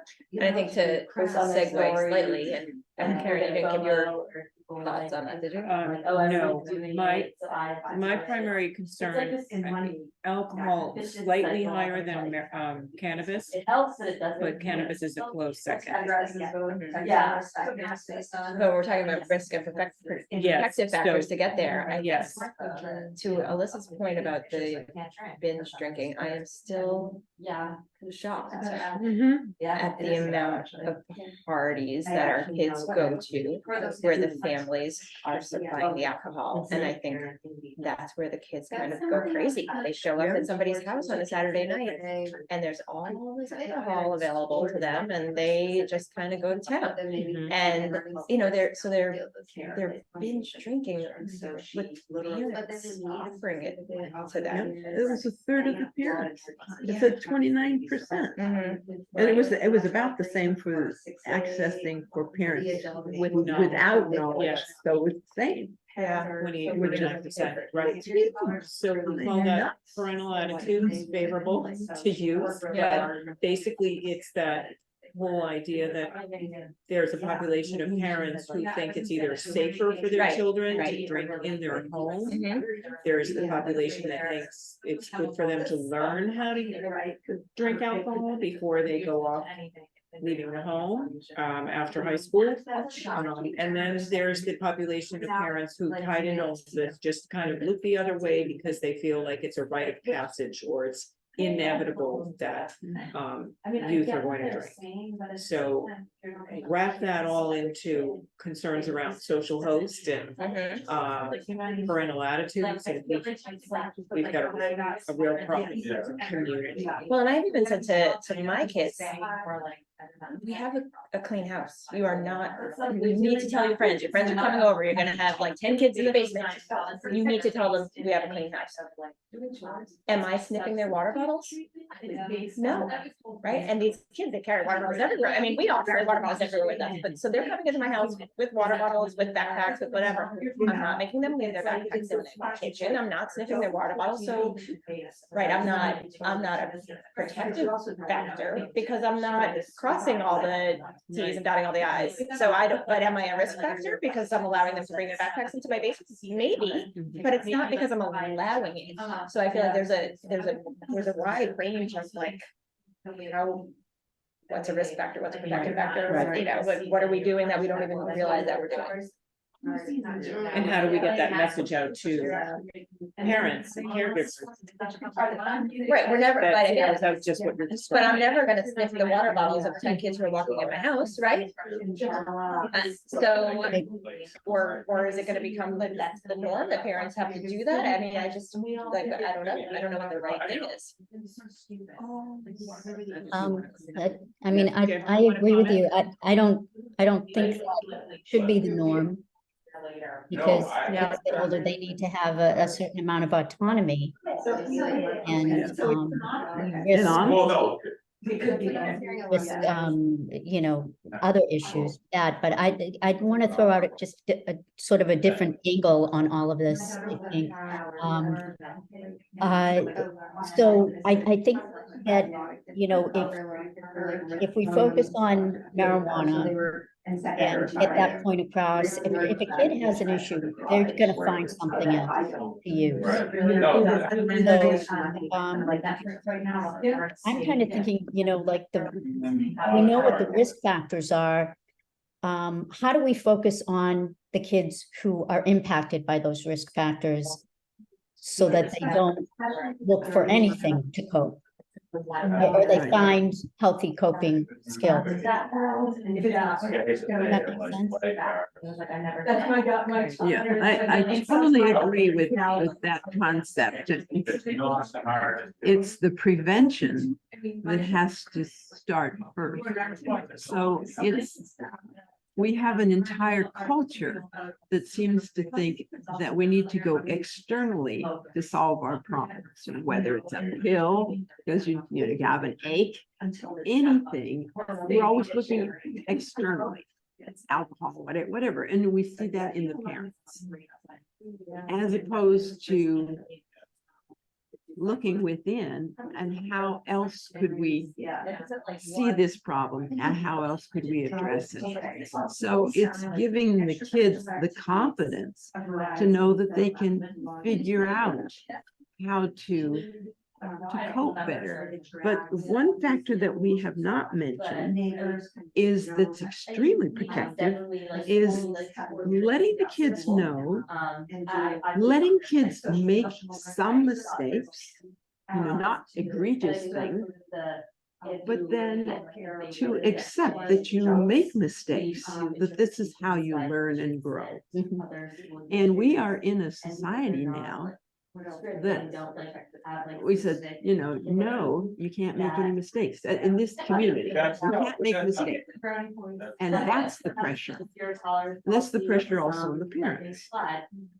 You've got to be able to say, okay, we can't do it all. We need to sleep. We haven't talked about sleep again. So it's the protective factors of prevention, of being grounded and knowing that there are alternatives. So when you're stressed, what do? Go out and run. For those who like to do things for themselves, journal.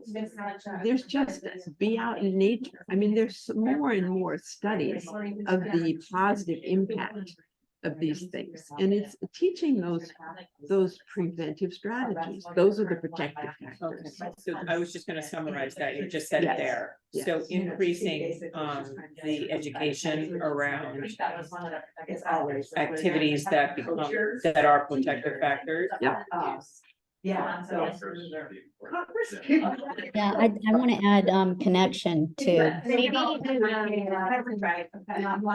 alternatives for social activities, because I think there's some kids who self-medicate, like you're saying, Janet, but I do think there's a group too who use it as a social outlet. Sure. So like Anybody's group finish discussing. I just have so more substance-free social as long as activities or just activities that don't require. So there's a new group, social in the suburbs, sober in the suburbs. That's where we need to get going. One person. Did you see that in our newsletter? Yes. Say that again? It's called Sober in the Suburbs. Oh, yeah. She's great. Yeah, There's yeah. also parents, She's doing right? a lot of work, yeah. And I think that's the community change you want to make. Right, that's the peer pressure we wanna see. Exactly. Wait, so Amanda just said we need to have a sticky note with what? Yes. Probably with protective factors. One person, you know, so like, for instance, one of the groups over here put like coaches as a protective factor. Just write one person. One per sticky note, okay, the protective. So protective factors, that I heard all of you say were, well, the last one is to increase awareness, education around. I have talked. Healthy coping strategies. And activities, right? You include connectedness, Yeah, go ahead. connectedness, Increase Connection. connectedness, yeah. youth connectedness, And adults. I went to the academy. adults too. Without alcohol. Okay. Marijuana. And I And like then- Janet's point about parents, you know, Yeah. parents are completely, Went somewhere else, they came back to line. Yeah. This, that. for lack of better way of saying what you said, you know, mistakes are okay. But, Okay. you know, you can make a mistake. Yeah, we don't- and then that a mistake is an opportunity for growth. Right. That's where, Yeah. that's the That's what you said, message. yeah. Okay. And then I wanted to, there was one that Alyssa said at the end there on, pro-social activity, social alternatives. Yeah, and I don't know that. I don't know that kids are gonna go to organized. Activities. Thank you. I feel like it needs to be organized Yeah. activities. It was just they because can of go. that. Noisy little kid. But maybe it's just like teaching them things they can do besides getting together and drinking. Right. But, Rather than- and the flip side of that is current activities. I mean, I think kids who are involved in sports. Yes. Volunteer. And are very. For sure. And I don't know so much, For my well, but kids. something that's Yeah. consistent, you know, if they are part of a group on a regular basis, I think that's a protective factor because they're doing something else. Yeah. You know, like there are, it's unfortunate that there isn't a sport for everybody. Yes. Protective factors to have something. I think that's a protective factor. There's a lot of literature actually on volunteerism and the benefits to everyone. Mhm. It's huge. It's a natural Yeah, high. just being part of something that you feel connected, that you feel extremely Well, connected to. connected and having a sense of purpose. Right. Because a sense of purpose is huge. Yeah, definitely. So should we move on to risk factors? Yeah, so I was gonna say, can we jump over to risk factors? So you guys know at every meeting that we have, that we've discussed this, I always talk about the high school football games. And I can't get away from that. Yeah. I think that is a huge risk factor, and it was listed as, you know, one of the like Yeah. community norms or community acceptance. My wife. Halloween. On the hill at the high school during football games, the kids are drinking. That is what is Oh, they happening. are? Yes. And from, you know, 7th grade through 12th grade, the kids know that the kids on the hill are drinking during football games. And that's our high school, Right. during one of our high school events. And I just can't Yeah. get past that. And I think for a lot of kids, that's their first experience and their first exposure Mhm. to kids sitting around drinking. And it's always so upsetting.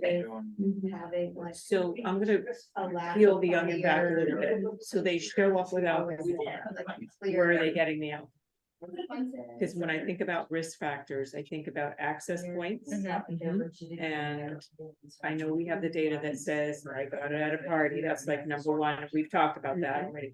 But there's also other access points, Siblings. right? Home with Siblings. parent knowledge, home without parent Right, knowledge, taking it from 29%. And again, I think a lot of it goes back to the water bottles. There's a bottle of vodka in my parents' cabinet. I'm gonna pretend I'm bringing my water bottle and pour some Gatorade or vodka in here. share, there you go, and then I'm gonna share it with all my And friends. they would actually.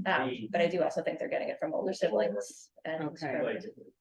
I mean, So if we were to describe this as a risk factor, are you okay if we were to couch that drinking on the hill in terms of access? mhm. I mean, there's also another risk factor could be, are people looking the other way? Is there some sort of community acceptedness around what these kids are doing? Question mark. Because right? just think, Yeah, I don't know. I don't know. I've never talked about that. I don't even know. I take it there are parents there too, yes, at the game. I don't know. Let's say it again. Are there parents at the game? Probably. So I hear this from kids, so I. Yeah, there are parents, but the kids kind of sit, like, we walk around, but there is one section on the other side of the field where the kids sit, right? So are the parents drinking? I don't think so. I'm not so sure that they're not, because I I mean, think I maybe- overheard Yeah, that. actually, I should say I don't think so. I don't know. But I'm sure there's some more. in the Yeti. So, Exactly. okay, so they're sitting apart from the kids. Yeah, the kids are sitting with their parents. No, the kids are It's not, sitting with it's their not a family parents. event. No, the kids are either on the other least side not of the high school. student Or with, section, maybe. or yeah. they're Yeah, not the high school. go walking around, yeah. So there's definitely a question of access when it comes to the condition, which is drinking at football games on the hill, for sure. And but the funny part of that is that I also hear from kids that the high school players, they don't at all during football season because they know they could get kicked off the team. Right, so you're So there. it's just the spectators? Well, it's obvious, I mean, because the kids are playing, the high school, but I hear a lot during football season, like, oh, don't worry, I'm hanging out with the football players and they're not allowed. Right, so that's a protective factor for the kids who are on sport, they're not allowed, but they actually, like, kids know that the football players aren't drinking during football season because they're not allowed, but then it, how ironic that. Okay, we're gonna watch all the kids who are At your game. I don't know, it gets to me, obviously. Yeah, that's interesting psychologically. Do they wish they were out there playing? And this is their way of Do you want me to put, compensating. do you want me to put under protective factor then, student athletes? Athlete Yes, rules. for Yeah, sure. Yeah, That is. because I think a lot of them have to sign contracts, right? Mhm. I don't know that they have always qualified, But they also, there's also just like, They might, they love playing. And the at fitness least my part of kids, it. They love playing sports, they love the fitness piece, and it's like, we're not gonna damage our performance by doing that, yeah.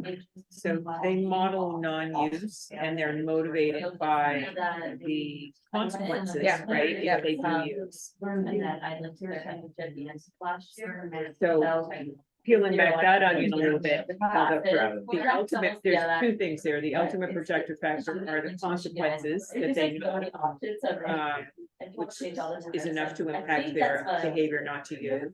And then they model to other peers what I heard you say. Okay, they're not. Okay. Then the real question is the motivation of those spectators. I mean, because I keep coming back to The that. motivation of what? Of the spectators. Why are they drinking when the people that they, Game that you go to, because you can, like, that's the main event, it's the drinking part, where if you go to Red Sox, if you go to Gillette Stadium, that's the main event, drinking, so they're modeling that, like, oh, I'm going to a football game, so I'm gonna drink, because that's the social norm. That is absolutely true. Yes. So norm at watching games. Yeah. It's okay to pay $10 on a can of beer at Gillette Stadium, okay, so. yeah, So so. that's what happened. Yeah, Uh-huh. that's really, I didn't even think of it that way. That's such a good. No, I think, I think you've really hit it there. So it comes back to a marketing thing. Mhm. It's the big. Right, it is, that's what you do. That's the social norm of watching a game. That's what has You become, there. yeah. You go to a Red Sox game to drink, that's why you go, it's for the fun. Mhm. No, they also see it, kids see it when the parents entertain, Yeah. alcohol comes out, when they go out to a restaurant, they order fair and, I mean, it is so ingrained in our culture on TV. On what show doesn't, you know, someone come home at the end of the day and pour themselves a drink?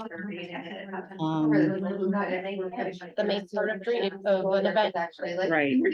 Yeah, that's how many adults socialize, they get together and have drinks. Right. Yeah, so that's what the kids are seeing, yeah. So how often do you hear parents say, oh my God, I've had a horrible day. You know, where's my glass of wine? Yeah. Right. I mean, and people say it jokingly. It's no joke. You hear it all the time. So what I took from all your comments is parental use and their attitudes around use have normalized that behavior in front of their kids. So it's everywhere. Yeah, that's a good point, Deb. So it boils down to, I've had a bad day, I need a drink. That's just exactly, so that's, I need a drink, right? so that's, yeah. It's like using that as the excuse for why you do, rather than the protective factor, okay. How else could we, what else could we do?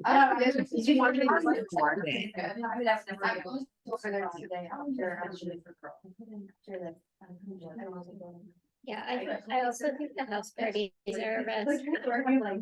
Growing. Yeah. If we peel that back a little bit. It's, I think it's tied into community norms around drinking, for example. Once you put up your risk and protective factors, we're gonna take a 5-minute break. So for those who already finished that, your break starts now. And for those that didn't, just finish putting yours up there and then, you know, we'll bring you all back. So we're taking a break until 10:50. And then there's that, what you described, Carrie. Yes, they can come to my house. No, we're not serving.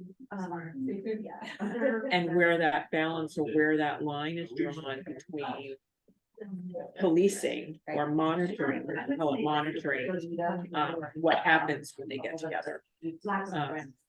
And then there are the gatherings where parents aren't even home. Right. We have that as well. So I don't know if we already captured that in a risk factor sticky, but Maybe certainly things like social host and attitudes around that can go either way. It should go like right in the middle between the plus and the minus. That's where role modeling goes. We're gonna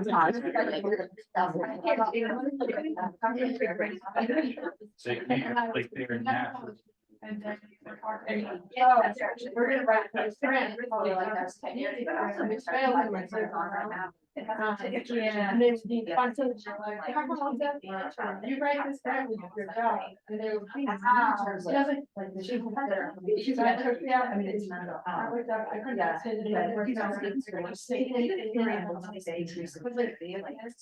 So I put it as social groups can be both. On a positive side, there's no substance use and parents are monitoring, clamping down, and on the negative side is they're not regulating anything, right? Right. Listen, please and yourself, we have. Thank you. Snacks. Thank you.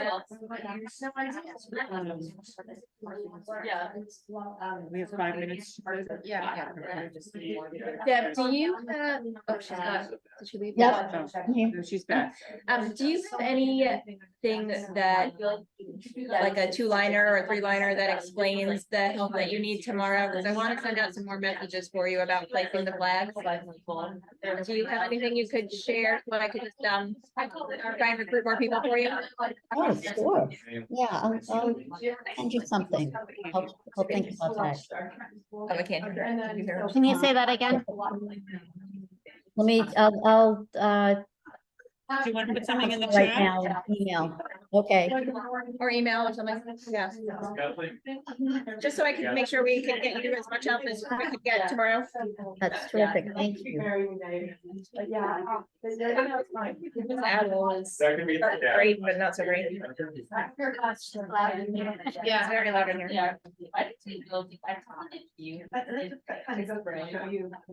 Yeah, I just got a, can you hear me?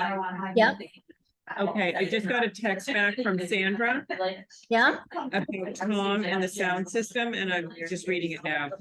okay, Tom is confirmed to bring the system and run the sound for the event. okay, great. All right, I'll just say wonderful. Do you want me to add anything else, like show up at 5 o'clock or? Yeah, we could say we'll all be getting there at 5. Yes, okay. I didn't mean, I wouldn't say it that bluntly, but, Right. okay. We have about 2 minutes left of a break, and then we'll jump back into our next. If people are gonna need stuff.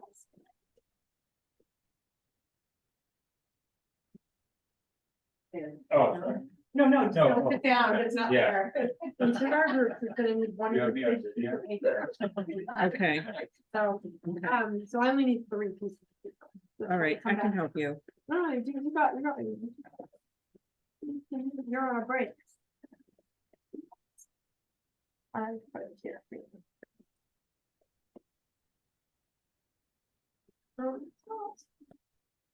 Want to get back? Yeah. Oh, I got plenty of them. I'll take this one. All right, people, we have food over there, so Let's eat the please food. partake. Eat the food. And we can heat up coffee in the microwave. That's a great idea. That helps. Alright, no. Oh, they put it on the table. Yeah, just one more. Oh, just one free. So you have fairly sample. If you beat Tom, that's like 5 and 5. Oh, yeah, so good, like, I'll be by. Two different answers. There's the happy. I was like, on a lot of.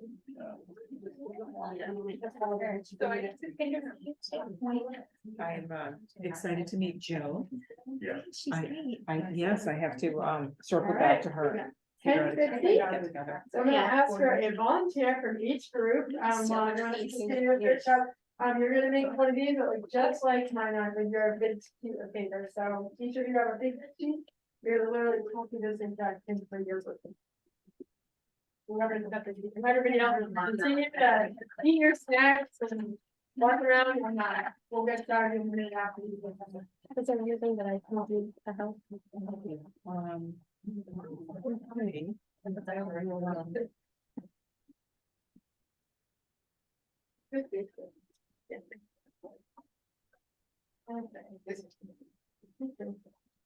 Yeah, how are you able to stay with us?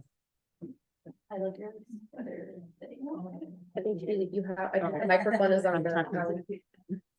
Hi Deb, it's Karen. How long are you able to stay with us? Let me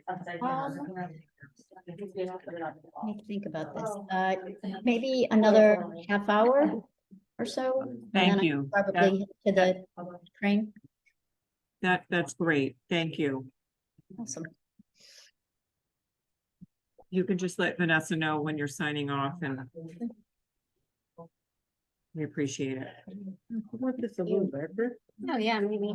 Yeah, yeah, we have some markers. Vanessa, you know, that's why 39. Okay. What'd you do? Thanks for taking the lead there. What'd you do this summer? Anything good?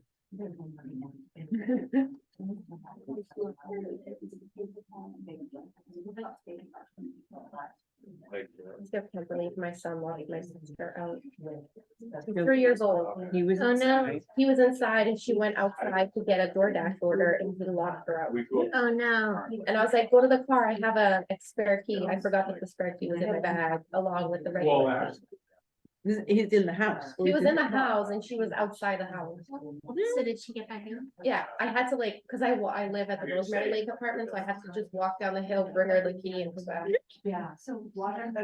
Anything is bad, he's 3 years old. He's mischievous. For this next part, we're gonna work on, we have a lot of information up here on the board when it comes to protective factors on the left. We have lots of sticky notes. Lots of risk factors on the right, but we need to narrow it down per group. To be around 2 risk or protective factors that we're gonna focus on for right now. This doesn't mean that this is the only things that your coalition is gonna focus on, but just thinking about, you have tons of different areas. If we spend time on focusing on every single thing, we'll get nothing done. So we wanna narrow it down to say like, what are some things that we know? And I'm gonna go through and just explain this chart that you have in front of you. By the way. You're gonna talk a little bit about, we're gonna create this for our, we're gonna go back to slide 34, Vanessa. And as a table, you're gonna rank your risk and protective factors. I usually do this in 1 to 5, but I think your group could just say like most important, least important, whatever that determination is to you. And by importance, you can go down and see. We're gonna ask you to rate them by importance. I'm sorry, 35. Okay. Yeah. There we go. Wait, almost, it should say importance at it. Number 35, maybe? There it is, yeah. So it's just gonna talk about the questions you're gonna ask with your protective factors. You're gonna start with those. And you're gonna say, how much does this protective factor contribute to our priority need? So I'm gonna do it, for instance, here. So our protective factor of healthy schools. How important do we feel like having a healthy school is important to what we, my guess is people would say, wow, that's really important. And you put it all the way at the top of the importance scale. So you start there and put all your things that you feel like these are really important. These might be a little less important. And then we have another question that we'll do next. And we'll talk about, you can go down one more, about changeability, and we'll ask that next. So we're gonna do importance first for all these factors versus least important. So start with, on your paper, put your most important ones at the highest, and then kind of just go down from there. Does that sound right to everybody? If you have any questions, anybody confused, and we can start, yeah. We're doing Just the protective. just protective factors and the importance first. Okay. Do you want us to literally? Yeah, take them right off and put it where you think it should go on importance as a group. And we can flip back to that slide 35, just so they can ask the question. These are just some questions to help. Those are. Is this yours? No, this is. I think so. Yeah, I took cool. Just that one. Okay, Protective.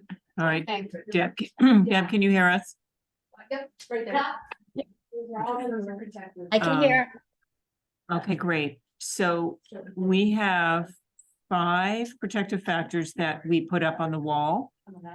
And Alyssa, do you want to just do a quick recap of them? Sure, so we have increased awareness and education of healthy coping strategies. We have social alternatives without substance, student athletes. We have youth need to know mistakes are okay and that it's an opportunity to grow. And then we have increase of youth connectedness and adults too. Great. Thank you. How much you say, 1? I think we have to put 2, I think she said. how much we can change and how much. Well, I think. No, we're didn't gonna you say- start with Well, sports. there's- And Amanda, how many do we pick? 1 or 2? You're gonna pick no more than 2. No more than 2. More than 2, Okay. And now the questions are right behind you, like how much you contribute. So. I feel like it's like. Well, my bias would be for Our ability. learning coping skills as being the most important thing, most protective. I'm an adult and I'm still learning that every day. We are, and that's the important thing. And realizing that drinking wine when I'm stressed out is not a good coping skill.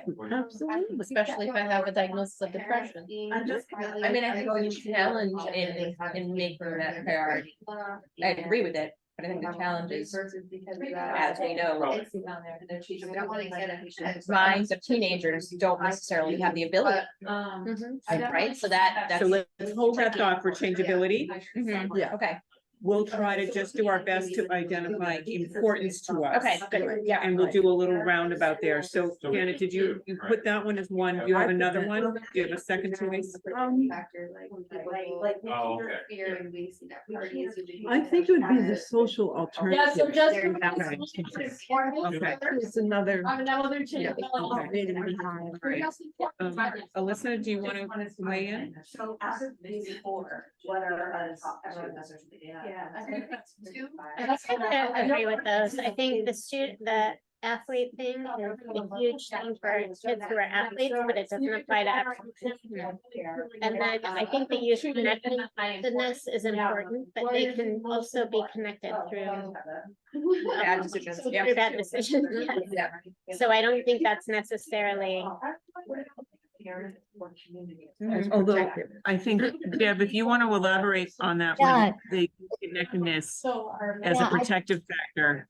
I see it as just feeling connected. So youth Oh, yes. who feel connected to their community, to their school. Right. Oh, That's a okay, yeah. protective factor. So I do think that's important. Yeah. All right, so I've got up here, we've got. Okay, so we have a vote for that. And what was your other one? Parents, we want to see. Was it the social I think alternatives? mine is the social alternatives. Okay, all right. Deb, do you want to weigh in? Yeah, I would say, feelings of connectedness, feeling connected and, learning coping skills. Coping skills, okay. Mhm. And Sari? I mean, I do really agree with the coping skills, although I have the, other thought about it, but I think that is. Coping, okay, and a second? I would agree with the connectedness. Okay. All right, Vanessa? I agree with the first two, learning coping skills and the alternatives to substance. Alright, Or Okay. without substance. group number Okay. 1, so finishing up. Yep, we are just, No worries. take your And- time. Learn that like it's okay, like you can have fun without substances. Cause it's so ingrained in our society that like everything that you have fun, even if it's a kid's party, you need to have alcohol for the adult. Or to have like to be a good party or to be a good host. You should be providing that. It's party. so are you describing that under social alternatives? Because Yes. what you're also describing are community attitudes around normalizing use as well. Well, that would be like That's my a risk importance on the factor, risk okay. factor. Yeah. I think that falls really high for me, is to really. The attitude towards alcohol, I think it's at the point it's really permissive and it's normal to drink wherever you go. Right. Cause it's like the first thing you do, you bring your alcohol or whatever, so. Yeah, it's alternatives and learning coping skills.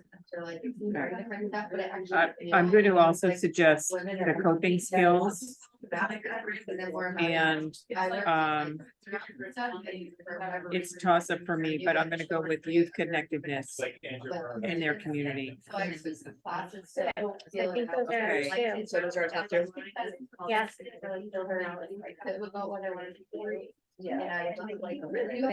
Social alternatives being runner up.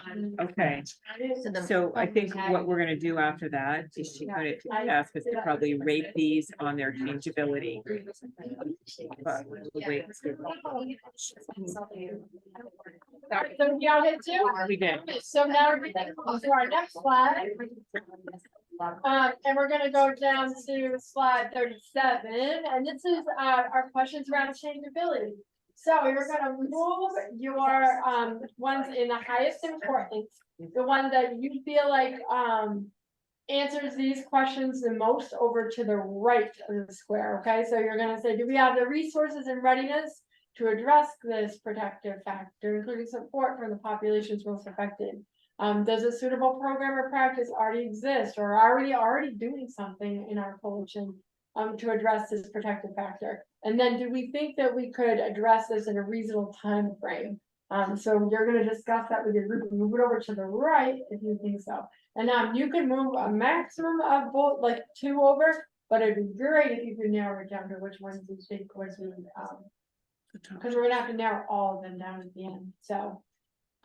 It'd be great if you could narrow it down to one. If you can, if you're like, these are both so important, feel free to move them both over to the right. All right, Just back gonna to leave these ones for now. Yeah, we're gonna leave the ones in the bottom for right now. But between the two, we have to pick one that we would be able to change the most. Yes, the changeability. Yeah, if none of them are changeable. Well, then Does a program exist that? Like, no, we can't. I think there is a program for these healthy coping skills, and that is our health classes and our social emotional intelligence that is actually part of the curriculum in the school.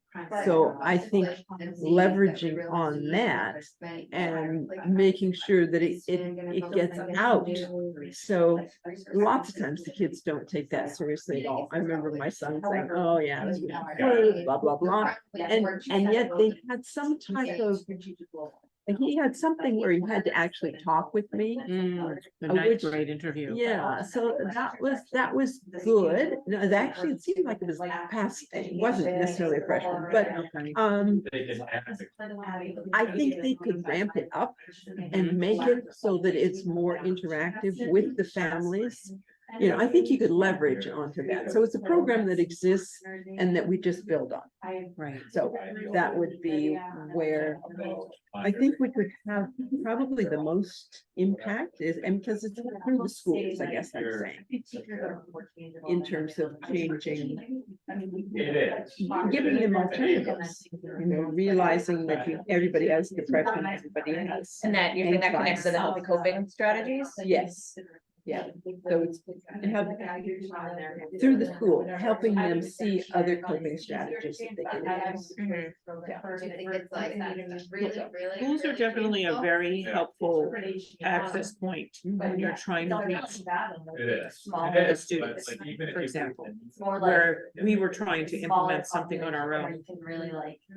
We'd be challenged to try to reach all the students that way. So definitely having some partnership with the schools. I struggle with the way the school handles wellness classes. Okay. It's a quarter of the school year. That's it, because half of the school year they have wellness / PE. So in that half of the year that they have wellness / PE, half of that is wellness. Right, so only a quarter of the school year do they have wellness. That's not enough time to talk to these kids, and in that quarter of the year that they have wellness, it's only what, twice every 7 days, like, so it's real. You know, how many wellness classes do they have in a year? No, maybe, so out of an entire school year, they get spoken to 12 times about making good choices, and I'm sure out of all those 12 classes, they're not talking about this all the time. Right. They're just not enough. I totally agree. My understanding is that it's supposed to be incorporated into the other classes as well, the social emotional. Right, I think the math teacher is talking about making good choices. But you see, they could, So is the they absolutely could, because my husband was a math teacher. So it's laws of probability, and what happens when you use these substances. They could, but I mean, can I hate to, you know, they could, They could do better. and they're not following.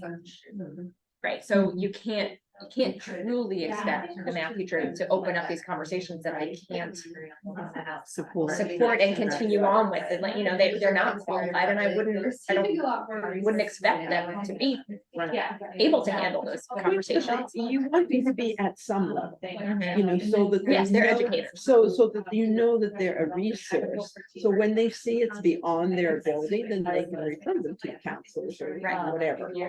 So I would urge us to not get too drilled down into how we would actually implement, But but consider, for example, whether we think the schools as an entity would answer the first one. Yeah, but we gotta do, yeah, 1 year. Would they be willing to let us, in other words? Yeah. So. It's not for. Have the like, we're readiness sitting all to the rest of listen. these and then all before, So that's. because we can't. Um, as a way to make this changeable. I would certainly hope so. I mean, if you're in to educate and you're caring about young people, this is a huge factor. Mhm. So But keep in mind do that that. that means that we would need So you got a to double or 2 for 1.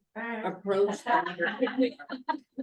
Assess their individual readiness and priority for something like this.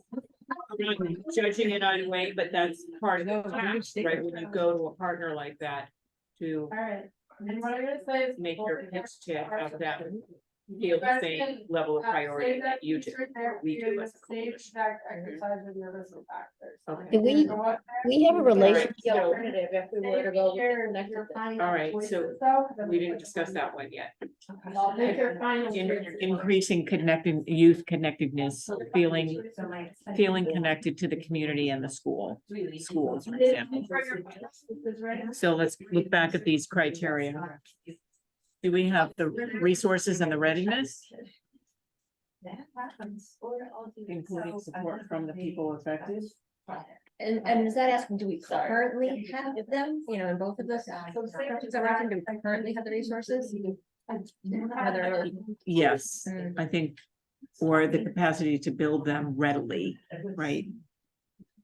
Yeah, I think we do if They it definitely was say a it. priority.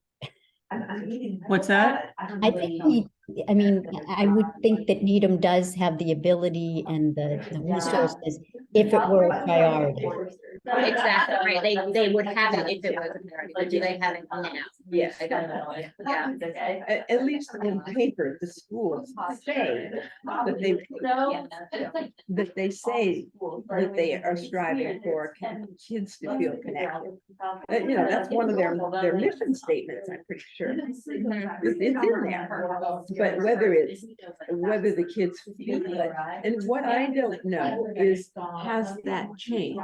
Because, you know, we saw some of those charts where the kids are, 80% maybe felt that they had some connectedness. Mhm. Has that changed? And that's what I'm not sure. I don't know if that feeling, they're feeling less connected or more connected. And then I toured it, and then I realized I actually liked it. But I know that the schools are certainly aware that they want to build that sense of community. And then I It's hard to get that from food knowledge camps. I'm completely. Yeah. I mean, I think that the coping strategies are probably, you know, a level above the connectedness, because you need both, right? And Yeah. even if they have the connectedness, they still need the strategies to feel that they may be connected to bad decisions, or they need the strategies to deal with, you know, helping other friends. So I think that they work together, but the strategies are really the most important piece. What's gonna drive change, Right. and how they feel. Right, how they get connected. Yeah. Mhm. And who they get connected to. And the thing is, it's positive, positive message. We're not teaching them, you know, don't drink. We're teaching them alternatives. Mhm. You know, what you do when you're stressed. Right. It's do something positive. Right. How do you guys feel? Was Aaron down here? Yeah? It's great. Whatever. Whatever one is, I'll grab that from you, and then you guys can look grab your risk factors and do the exact. We're just gonna give you our sticky. Do we wanna do the healthy, healthy, healthy? That made it, I stayed on the other ones because they're still important. Great. Okay, so our risk factors, we have parental attitudes, we have the football games, access, drinking on the hill, Yeah. we have social host. Right, I think so. And. Well, I think it's the same, They're yeah. pretty much the same, Yeah. yeah. Is that too big? Oh, although this is more tied into social norms Oh, in social general. norms, yeah. That's access, this is social norms. I think Should we just change it and take the high school and that? Yeah. yeah, Maybe take one is access and one is social. yes, yes, access to substances, and I'm not even gonna declare that it's just alcohol. Yeah. Although alcohol was what drove our conversation. And then community attitudes. Yeah. I think that's the big one. Yeah, so much falls under that. And I think alcohol, like in, I don't know what the studies show, but in my experience and my opinion is that alcohol is the driver to other substances. Absolutely. When you're drinking, then you're doing other things. Yeah. As is cannabis. I mean, as is cannabis. They both are. And for the young brain, it's a disaster. It's Both of them are havoc. disaster. What have you found we're drinking? Might as well have, you know, that kind of mentality. So I think Okay. our most important is the community attitude. Okay, so Deb, did you hear all of this? I heard access and Access. community attitudes. Yes, the other two we have are parental use and attitudes and social host. I'm sorry, social life? Social host, which Which could be similar to. it's kind of tied into access as well as attitude. So,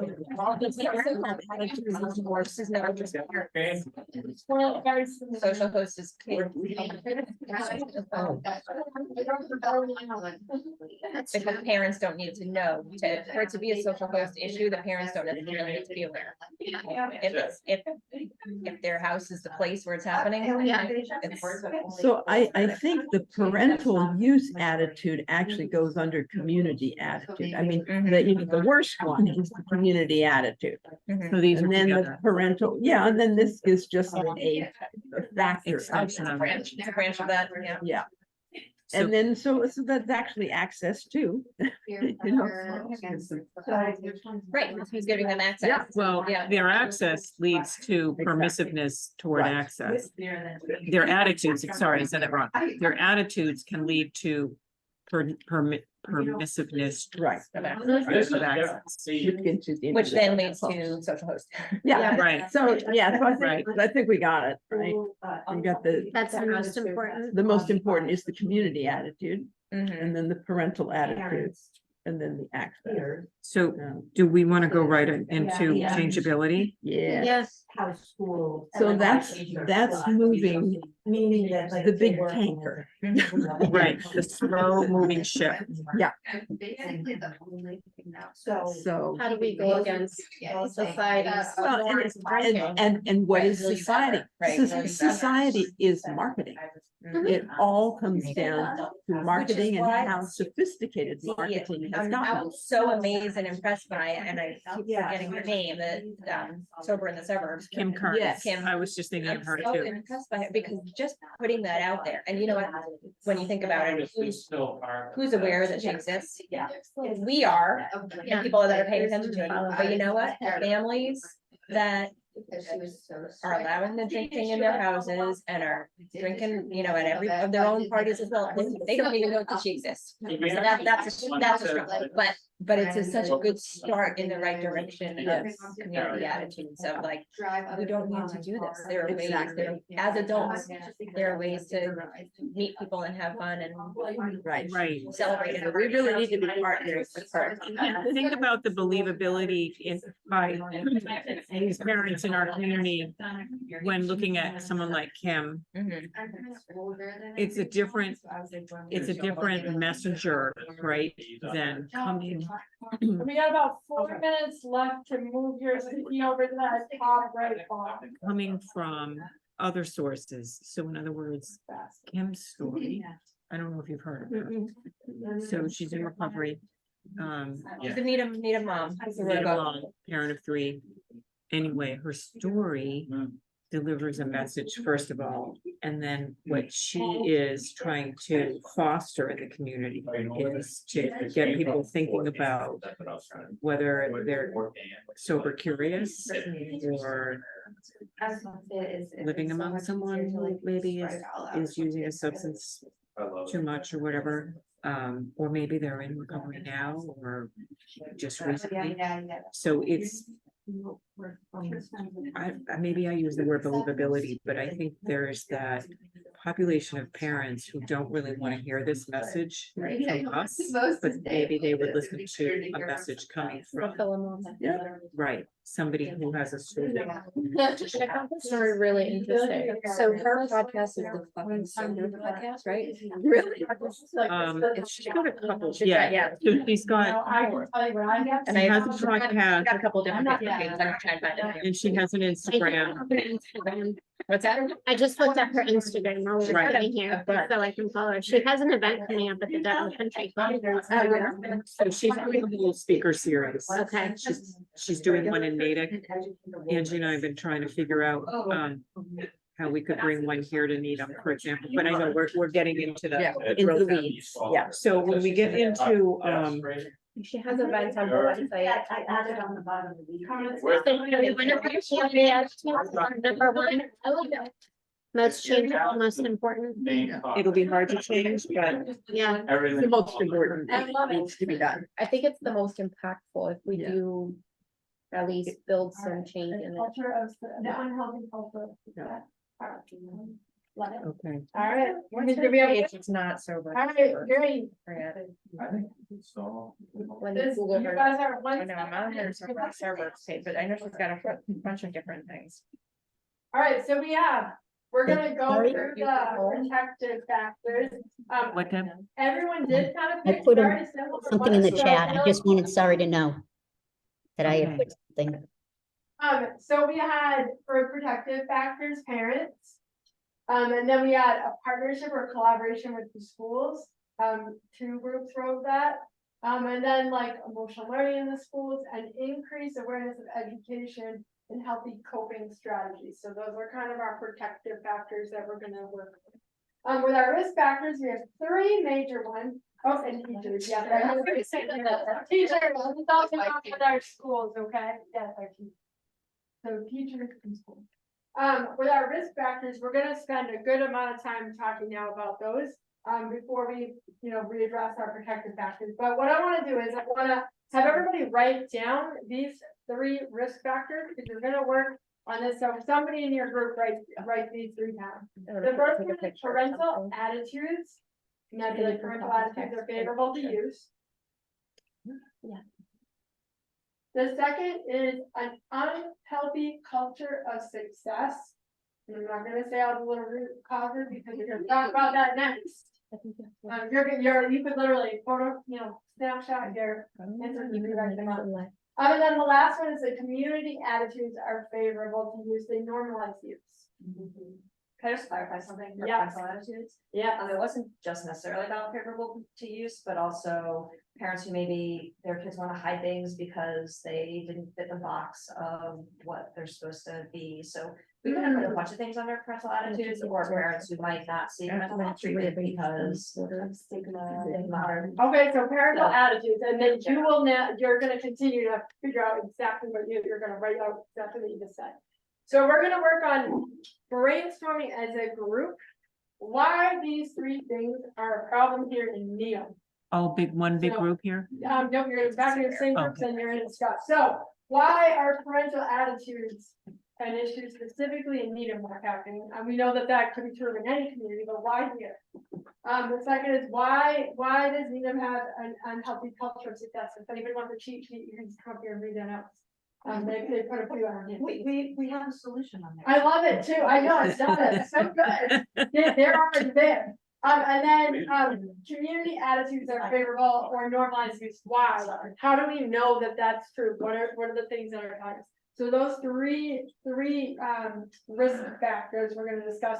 What I'm gonna do is I'm gonna try to put them up on the slide. I'm gonna edit my slide right now so that you can see them up here in case you can't read, the small print. But I lost track of the questions we're gonna. Yeah, so you're gonna talk about why here, why are these a Yes. problem here? And I'm gonna put them on slide 40 for you, in a second. So. And I wanna clarify that, so when you say that piece again, like, So favorable to use, yes, academic also, because there's stigma around you, hiding it, and not getting treatment. Our group, ready? So let's start with the top. Parental attitudes favorable towards use. Now, that's very close in our discussion. We kind of put parents and community together. Right. So if we want to talk about those in tandem, that would be fine. But the question we're asking ourselves is, why is that a problem here in Needham? Why here? I think because we have a really upwardly mobile community now. I mean, you see all the small houses going down and these mega mansions going up. And you see adults needing to, both parents need to work this time. You can't This economy that we live in. yeah. So I think Can you ask the question again? So that was a question that we're trying to why answer. is it Needham? Why is this a problem here in Needham? These community attitudes. Parental attitudes. Yeah, Parental- those are good questions Yeah. now. Are we doing community or just or parental? We're starting with parental. Are we going for all three of those bullets? Yeah, if we had as many as you Yes. can, but it's Yeah. specifically your one that you came Oh, up with. Specifically ours. If we don't have enough time, I wanna make sure we at least get yours. Okay, Thank you, very Deb. Bye, Deb, thank you. Oh, okay. I still think that upward mobility applies. Yeah. Okay, so we're looking at community specifically, but yes, great. I think we're recording the meeting, so do I keep recording? I think we should. So it actually ties with the unhealthy culture of success.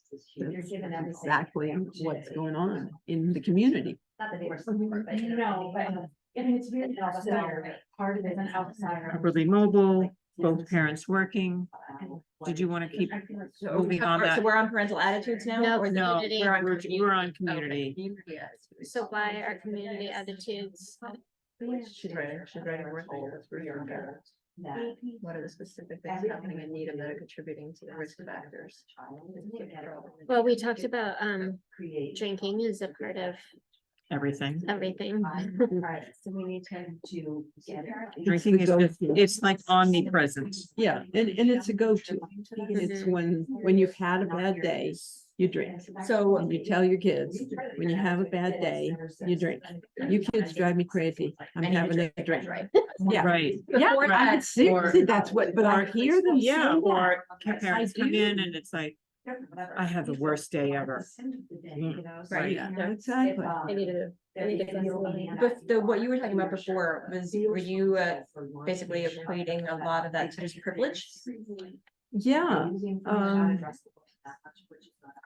but it's also the aspiration. It's the aspiration. That it puts pressure. Right, it's that pressure.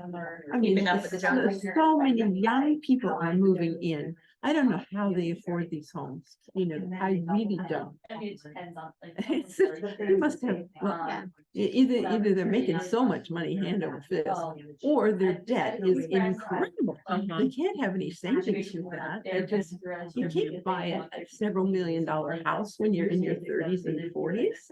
I mean, it makes sense to me. Right. So that aspiration to keep up lends to pressure. And maybe aspiration to be successful too. Yeah. Yes. Yeah. Yeah. This unhealthy culture of success, it ties totally into. Yeah. I think there's But I also think of the people who are sort of left behind in terms of they can no longer afford to live in it. People who are on a retirement budget, a lot of them go, okay, where do I go now? This is where I always grew up. Right, right. So, but their solution often is, well, I might as well drown my sorrows. So, you know, it's sort of like the always the go-to. So, I know, I think parental attitudes and community attitudes kind of overlap, Yeah, just as far they as, do. you know, what's, expectations are big, you know, I feel like it is an expectation in the community, like, oh, the high school is, of course I'm gonna drink. That's what I did when I was in high school, there's so much of like, Inevitability. Right, inevitable, that like, oh, come on, when I was 12, I had my first drink, so I can't believe I've actually heard people say like, I can't believe my kid is 16 and hasn't had a drink yet. They're not doing it. Yeah. right? You know, and they're like almost ashamed, like, oh my God, is my kid a loser because they're not going to parties? And I just feel like there's that And there was. expectation that that's what happens when you're in high school. It's a good, it's just a So, question. yeah, to, you know, be cool and get invited to the parties. So I think that's a big part of both community and parental attitude. It's just expected. It's just what kids do. They're gonna drink, might as well do it under my supervision. Or not, or just, you know, they're just Yeah. like, oh, my kid got invited to a party. I'm like, good. Well, and the myth that teaching them how to drink is going to provide greater safety for them in college, that is just absolutely hogwash. Because Jenna, you're the one who shared this a while ago, is that there are studies that show that the early onset and the impact on the youth brain actually primes the brain for more use, instead of what they think they're doing is, you know, creating tolerance or creating moderation or whatever. It's not really. And every year that you can delay it, you're improving their chances of having less chance of having a substance use disorder in their life. You know, this is, people don't realize it's not gonna be lifetime stuff here. There's specific things that are happening in Needham that are contributing to this attitude. We've put, Needham being an upwardly mobile community, creating aspirations for success and maintaining their upwardly mobile status, right? Puts pressure on people where in some cases alcohol or whatever substance just sort of becomes omnipresent, which flows out onto our youth. As they're watching, they're taking notes, they're, you know, they're absorbing all of that culture, so to speak.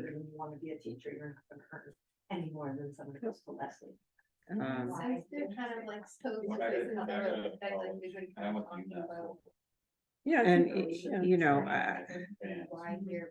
you started with, it's all about marketing.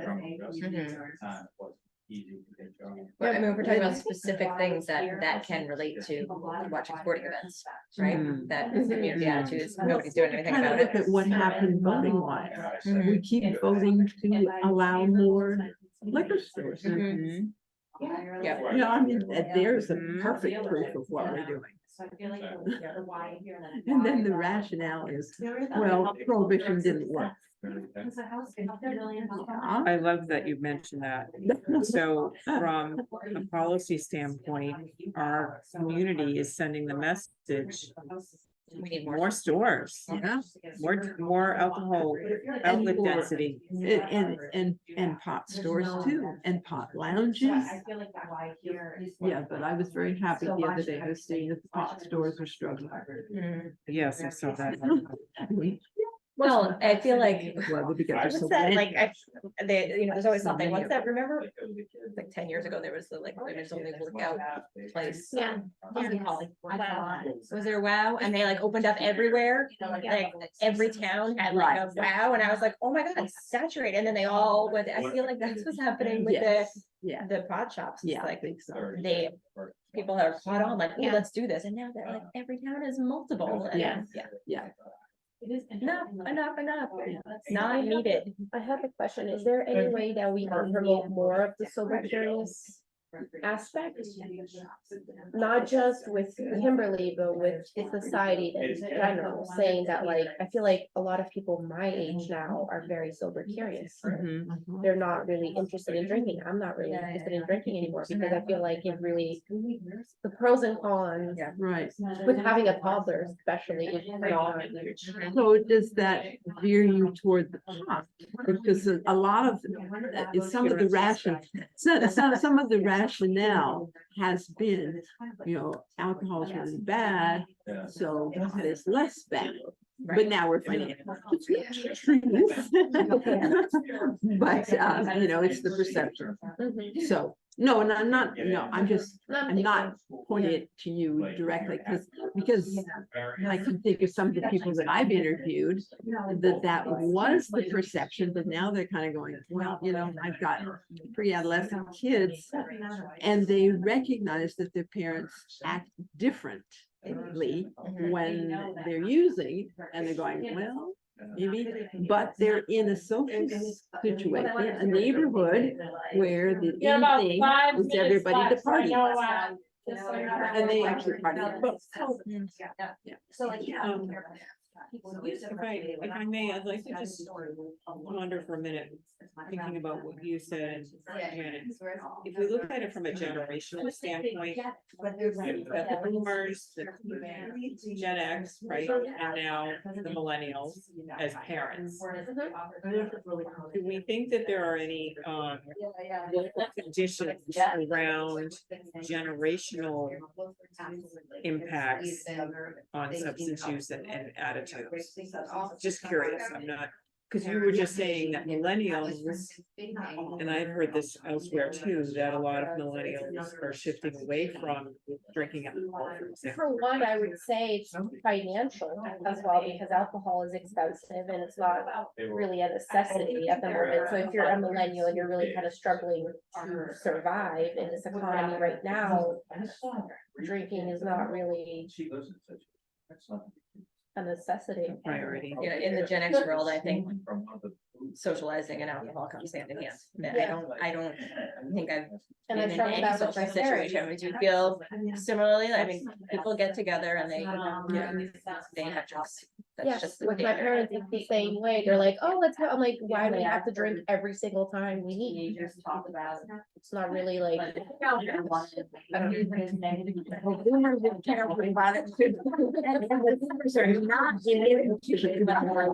Oh, at all. Older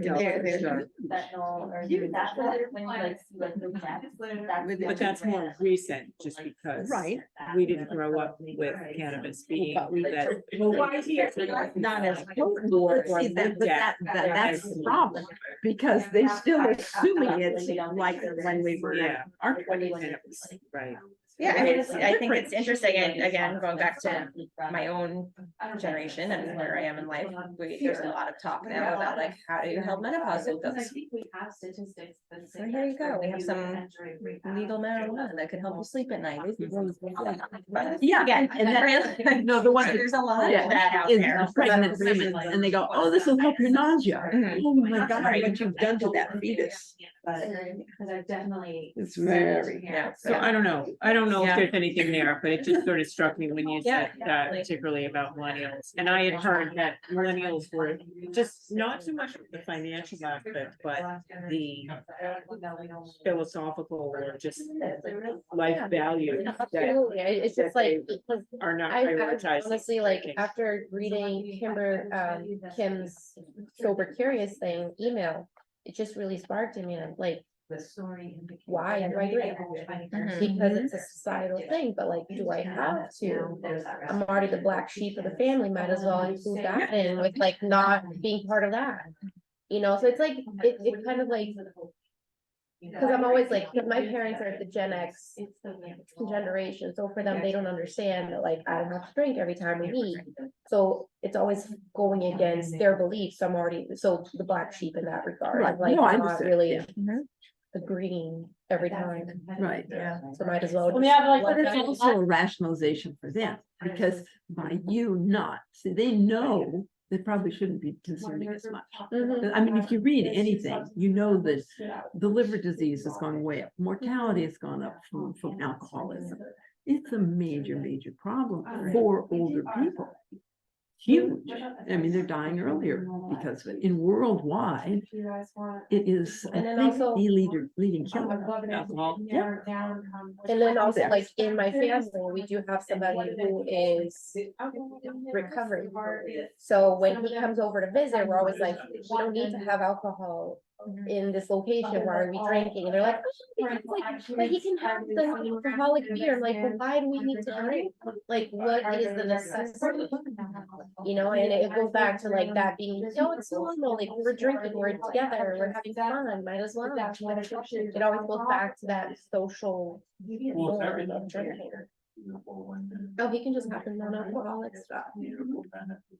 Well, I almost wonder if there's some value in like picking 4 or 5 messages and just repeating those over and over again. Like, we've been doing so much messaging, and maybe there's like Too much. 3 points that we want to emphasize to the general public, because the general public is not gonna read more and more and more. But maybe there's like 3 things we wanna pick, and we just wanna say over and over again to Well, yeah. get the community to recognize that their attitudes and their modeling is impacting. Right. And are we, we're not focusing strictly on alcohol at this point, right? We're just talking, we're just focusing on substance. Yeah, and I think we go back to, I think we had a conversation on one of our parent meetings about like a block party where it was like, these are the safe gummies. These are the. At a hot block gummies. party? Really? You had gummies at your block party? Not me, but someone on our call had, but it's like, you know, the gummies are a norm too. Yeah. Yeah, right. And I think even like some of the events we've had, like social events and stuff. Thanks for doing something Halloween, there's a bucket of candy for the kids, there's a bucket of alcohol for the adults. But I'm like, but how do you know? It's just like, how do you know about the wine situation, like why? It just feels weird. that flips side. They must be party.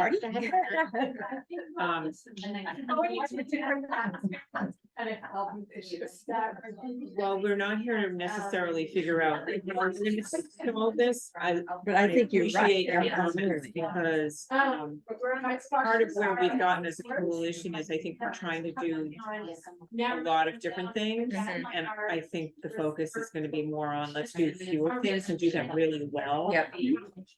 To impact change. I'm only vaguely remembering this from one of our youth meetings. And our youth actually came up with some good slogans. It was something to the effect of having fun without substance. So, you know, and I'm thinking, but I'm not saying it right, because he had a nice way of.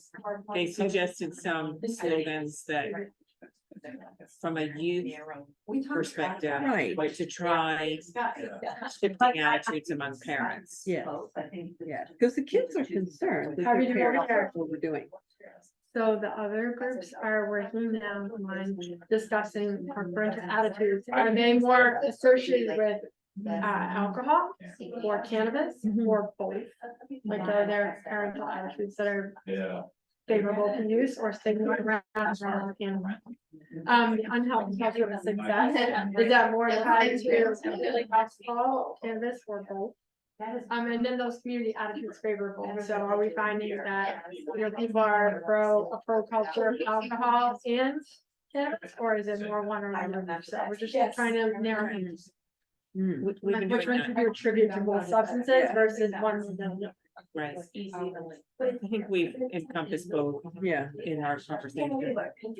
I think alcohol just comes up more often. Yeah, and also it's being maybe more acceptable. I don't know, the cannabis is certainly gaining favor. More, maybe more acceptable, I think more accessible. I don't think Well, now- marijuana is not inaccessible, but I think alcohol is more Even accessible. more accessible. Yeah. Cost wise, I honestly don't know. I don't think they're all. because I don't partake in the cannabis. I don't know how expensive that is. Well, it's that article about a lot of the outlets tanking said that the rate of A lack of understanding. purchasing cannabis on the legal market has reduced. So they compared the price, it has dropped considerably in the last year. Because of cost. Well, yes, we're just that there's less Because there's so much of it, so it's, so Yes, they've had to there's plenty decrease their around, price. I'd have to Supply and demand. Yeah. And. Yeah. Monica shared a good article. I think talking that was the about one that, that yeah. we were looking at. It says that a gram in July of 2021 was $13.92. Now it's $6.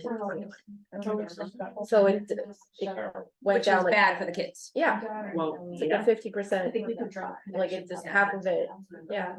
And I think that, yeah, that's a supply and demand thing.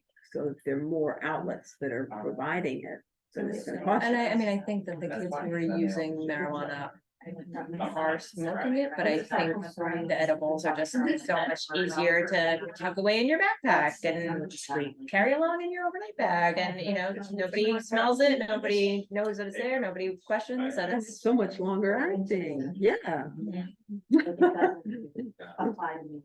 Much longer acting, so, you know, you could watch their academic performance. Well, and to Alyssa's point Okay. before, they don't know that when they eat a gummy, Saturday, that it's not gonna kick in for 2 hours, and then they're like, well, I don't feel anything, I'm gonna have another one, and, oh, I still don't feel anything, I'm gonna have another one, and Exactly. then, right, right, I'll have a few drinks along the way. right. Whatever time you're not. Okay, well, We think that alcohol is more powerful. I do. I think in this do. community. All right, we're gonna bring it all back in. And I'm just gonna ask people to kind of agree. So what I was hearing from the tables are two substances that we're really focused on are underage drinking or youth alcohol use and youth cannabis use. And I did hear a lot about like the way that youth were using that is often through a vaping device.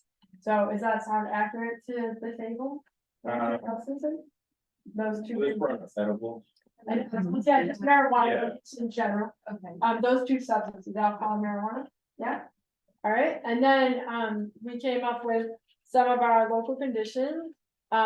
For parental attitudes and then mental health slash the unhealthy culture of success is the reason for that mental health. And then, the community attitudes favorable for use. So now I'd love it if the groups could kind of share out what they came up with for their local conditions, and reasons, and then we'll do our quotes and activities. So if folks just want to share, what your local conditions were, what you had. Any group can go first. I'm just gonna type in answers. Can we go to slide 41 while we're doing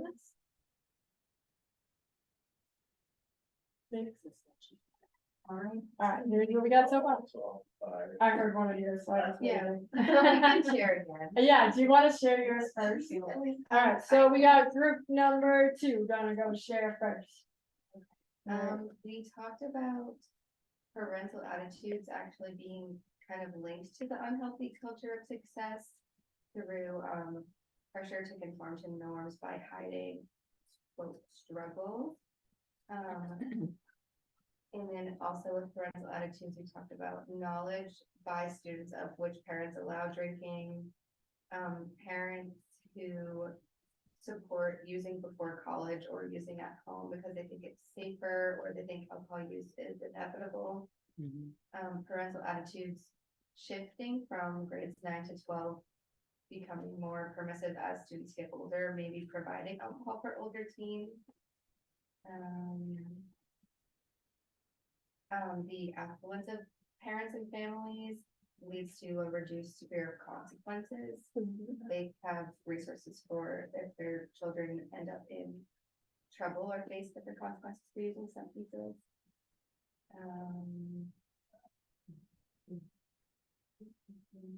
Parental attitudes favorable towards cannabis might be linked to a lack of understanding of the risks, which contributes to permissiveness, and parental attitudes favorable towards alcohol may not be that the parents don't understand the risks, but just more about being safer at home or feeling that they can mitigate the risks by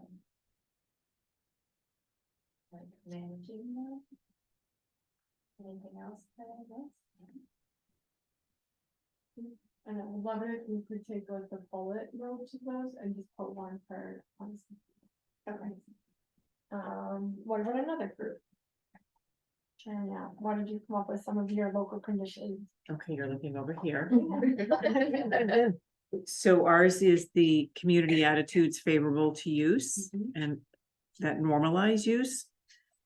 So in answering why is that a problem here in Needham, we talked about how Needham is by and far an upwardly mobile community, which by the way means in many cases both parents are working, but trying to keep it at a community level.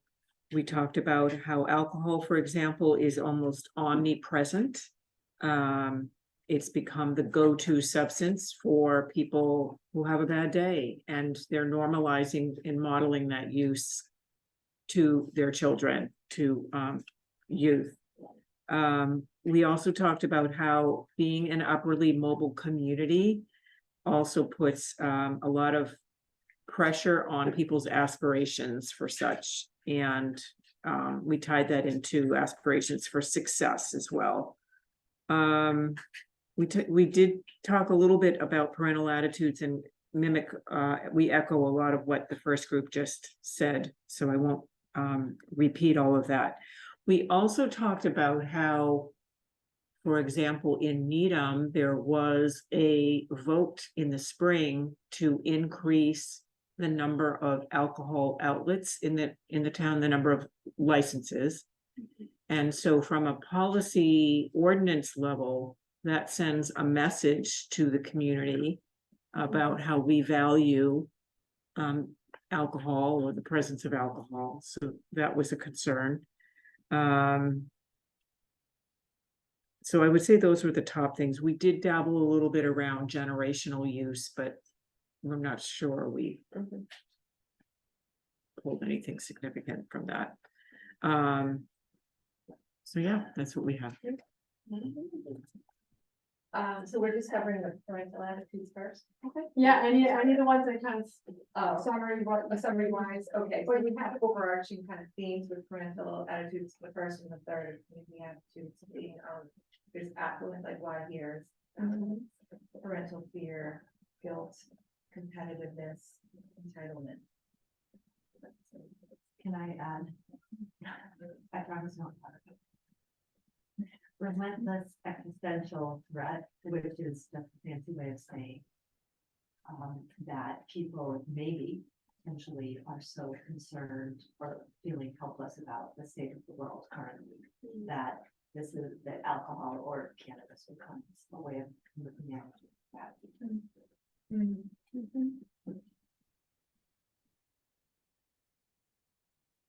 There's a lot of. Yes, thanks, Don. Sticker. Yeah. Oh, yeah.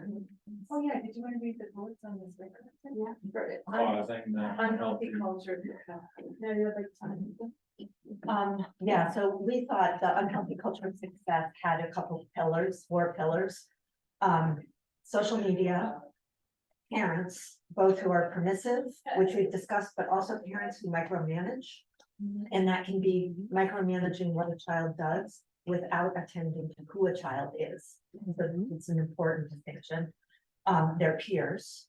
And then school structures, for example, going to high school all day and then coming home and doing like another 6 hours of work, that doesn't fit like what we would ask a coworker to do, but we ask teenagers to do it. Our very last activity of the day is just, if you could just identify out of any of these sticky notes, if there's any of these local commissions we could do something about, and I'd love those bullet point sticky notes. So there might be certain things that we might not be able to do anything about. They're not in our power as a coalition, but if there's a local condition, like for instance, a lack of understanding of risk, we could do something about that. So our changeability for those ones, if there's any of those we could change. Of the ones that we picked and put up Yeah, there. of our Do you local want us to conditions, one or anything we think? anything first that we think we could make a difference in changing. So just to recap, we talked about the pressures for success that people feel in this community that has sort of fostered the normalization of turning to alcohol, for example, right? Coming home and having the drink. We talked about parental attitudes a little bit, and we also talked about that policy issue where the town voted to increase alcohol licenses. Does this also include our community norms? Meeting parents on like. Vicky, that we had? It's more like club wise. Right. I mean, because I think when it goes back to what we were talking about before, as far as looking at the schools. Mhm. And, you know, what was that? What was the sticky note that we had? I went to see it. That, Oh, the first one, the oh, very first one, the coping. coping, yeah, right, talking about the coping skills, like Right. asking the schools to Mhm.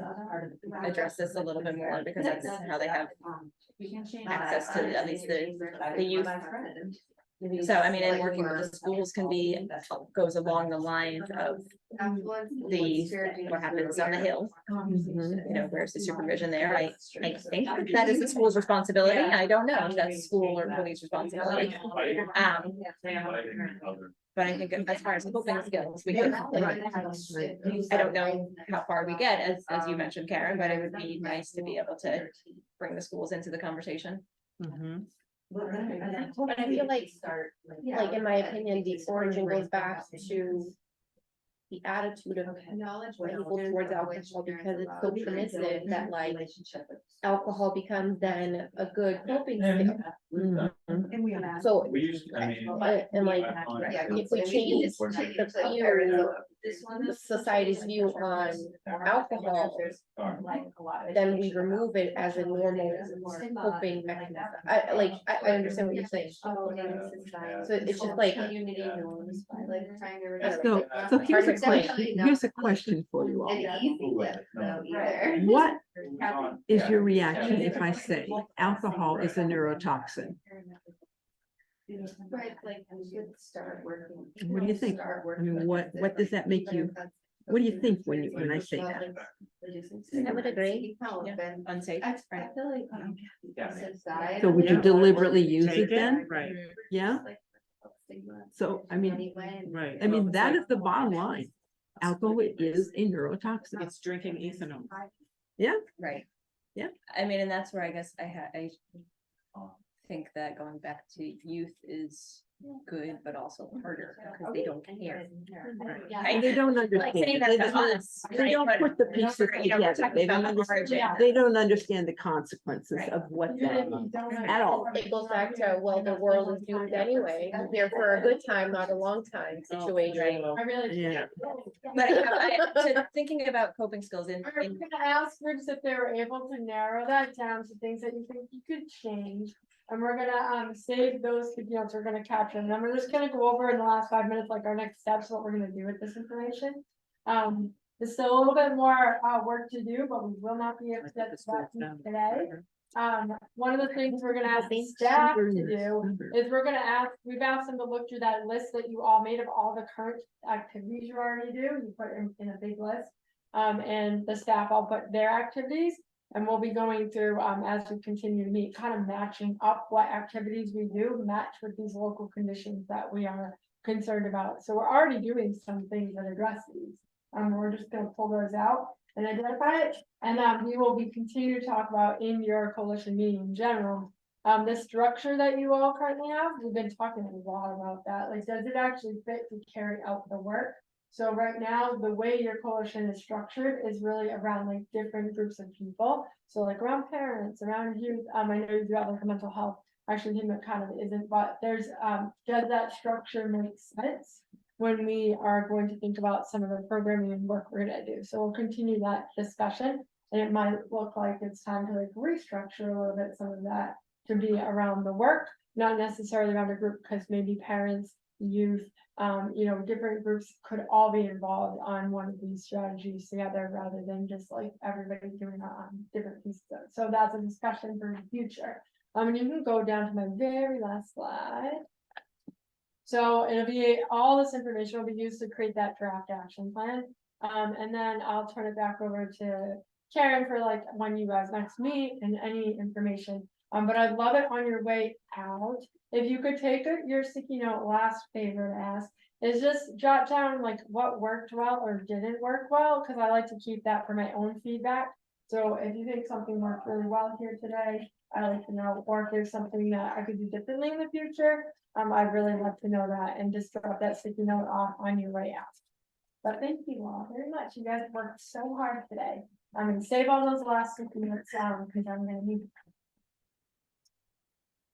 Turn back over to you, Karen. And while you're writing, I would like to share that our fall quarterly meeting will be on Thursday, October 12th in the evening. In person. We'll do hybrid if that becomes a need. And it's at that meeting that we hope to take a lot of what we've culminated with today to really kind of share that out and then help process that in the context of the meeting, whether we get to talk about coalition structure and maybe practice that a little bit even in the meeting itself. So on Thursday, October 12th in the evening. Here, in fact, I think I even booked the room, multi-purpose room. So would love it if you could join us, see this through with us. Thank you. Thank you all very, very much. Greatly appreciate the time and the ideas and the passion that you've given us all to make all of these ideas come together. And if there's any questions on your way out, I'm happy to follow up with anybody.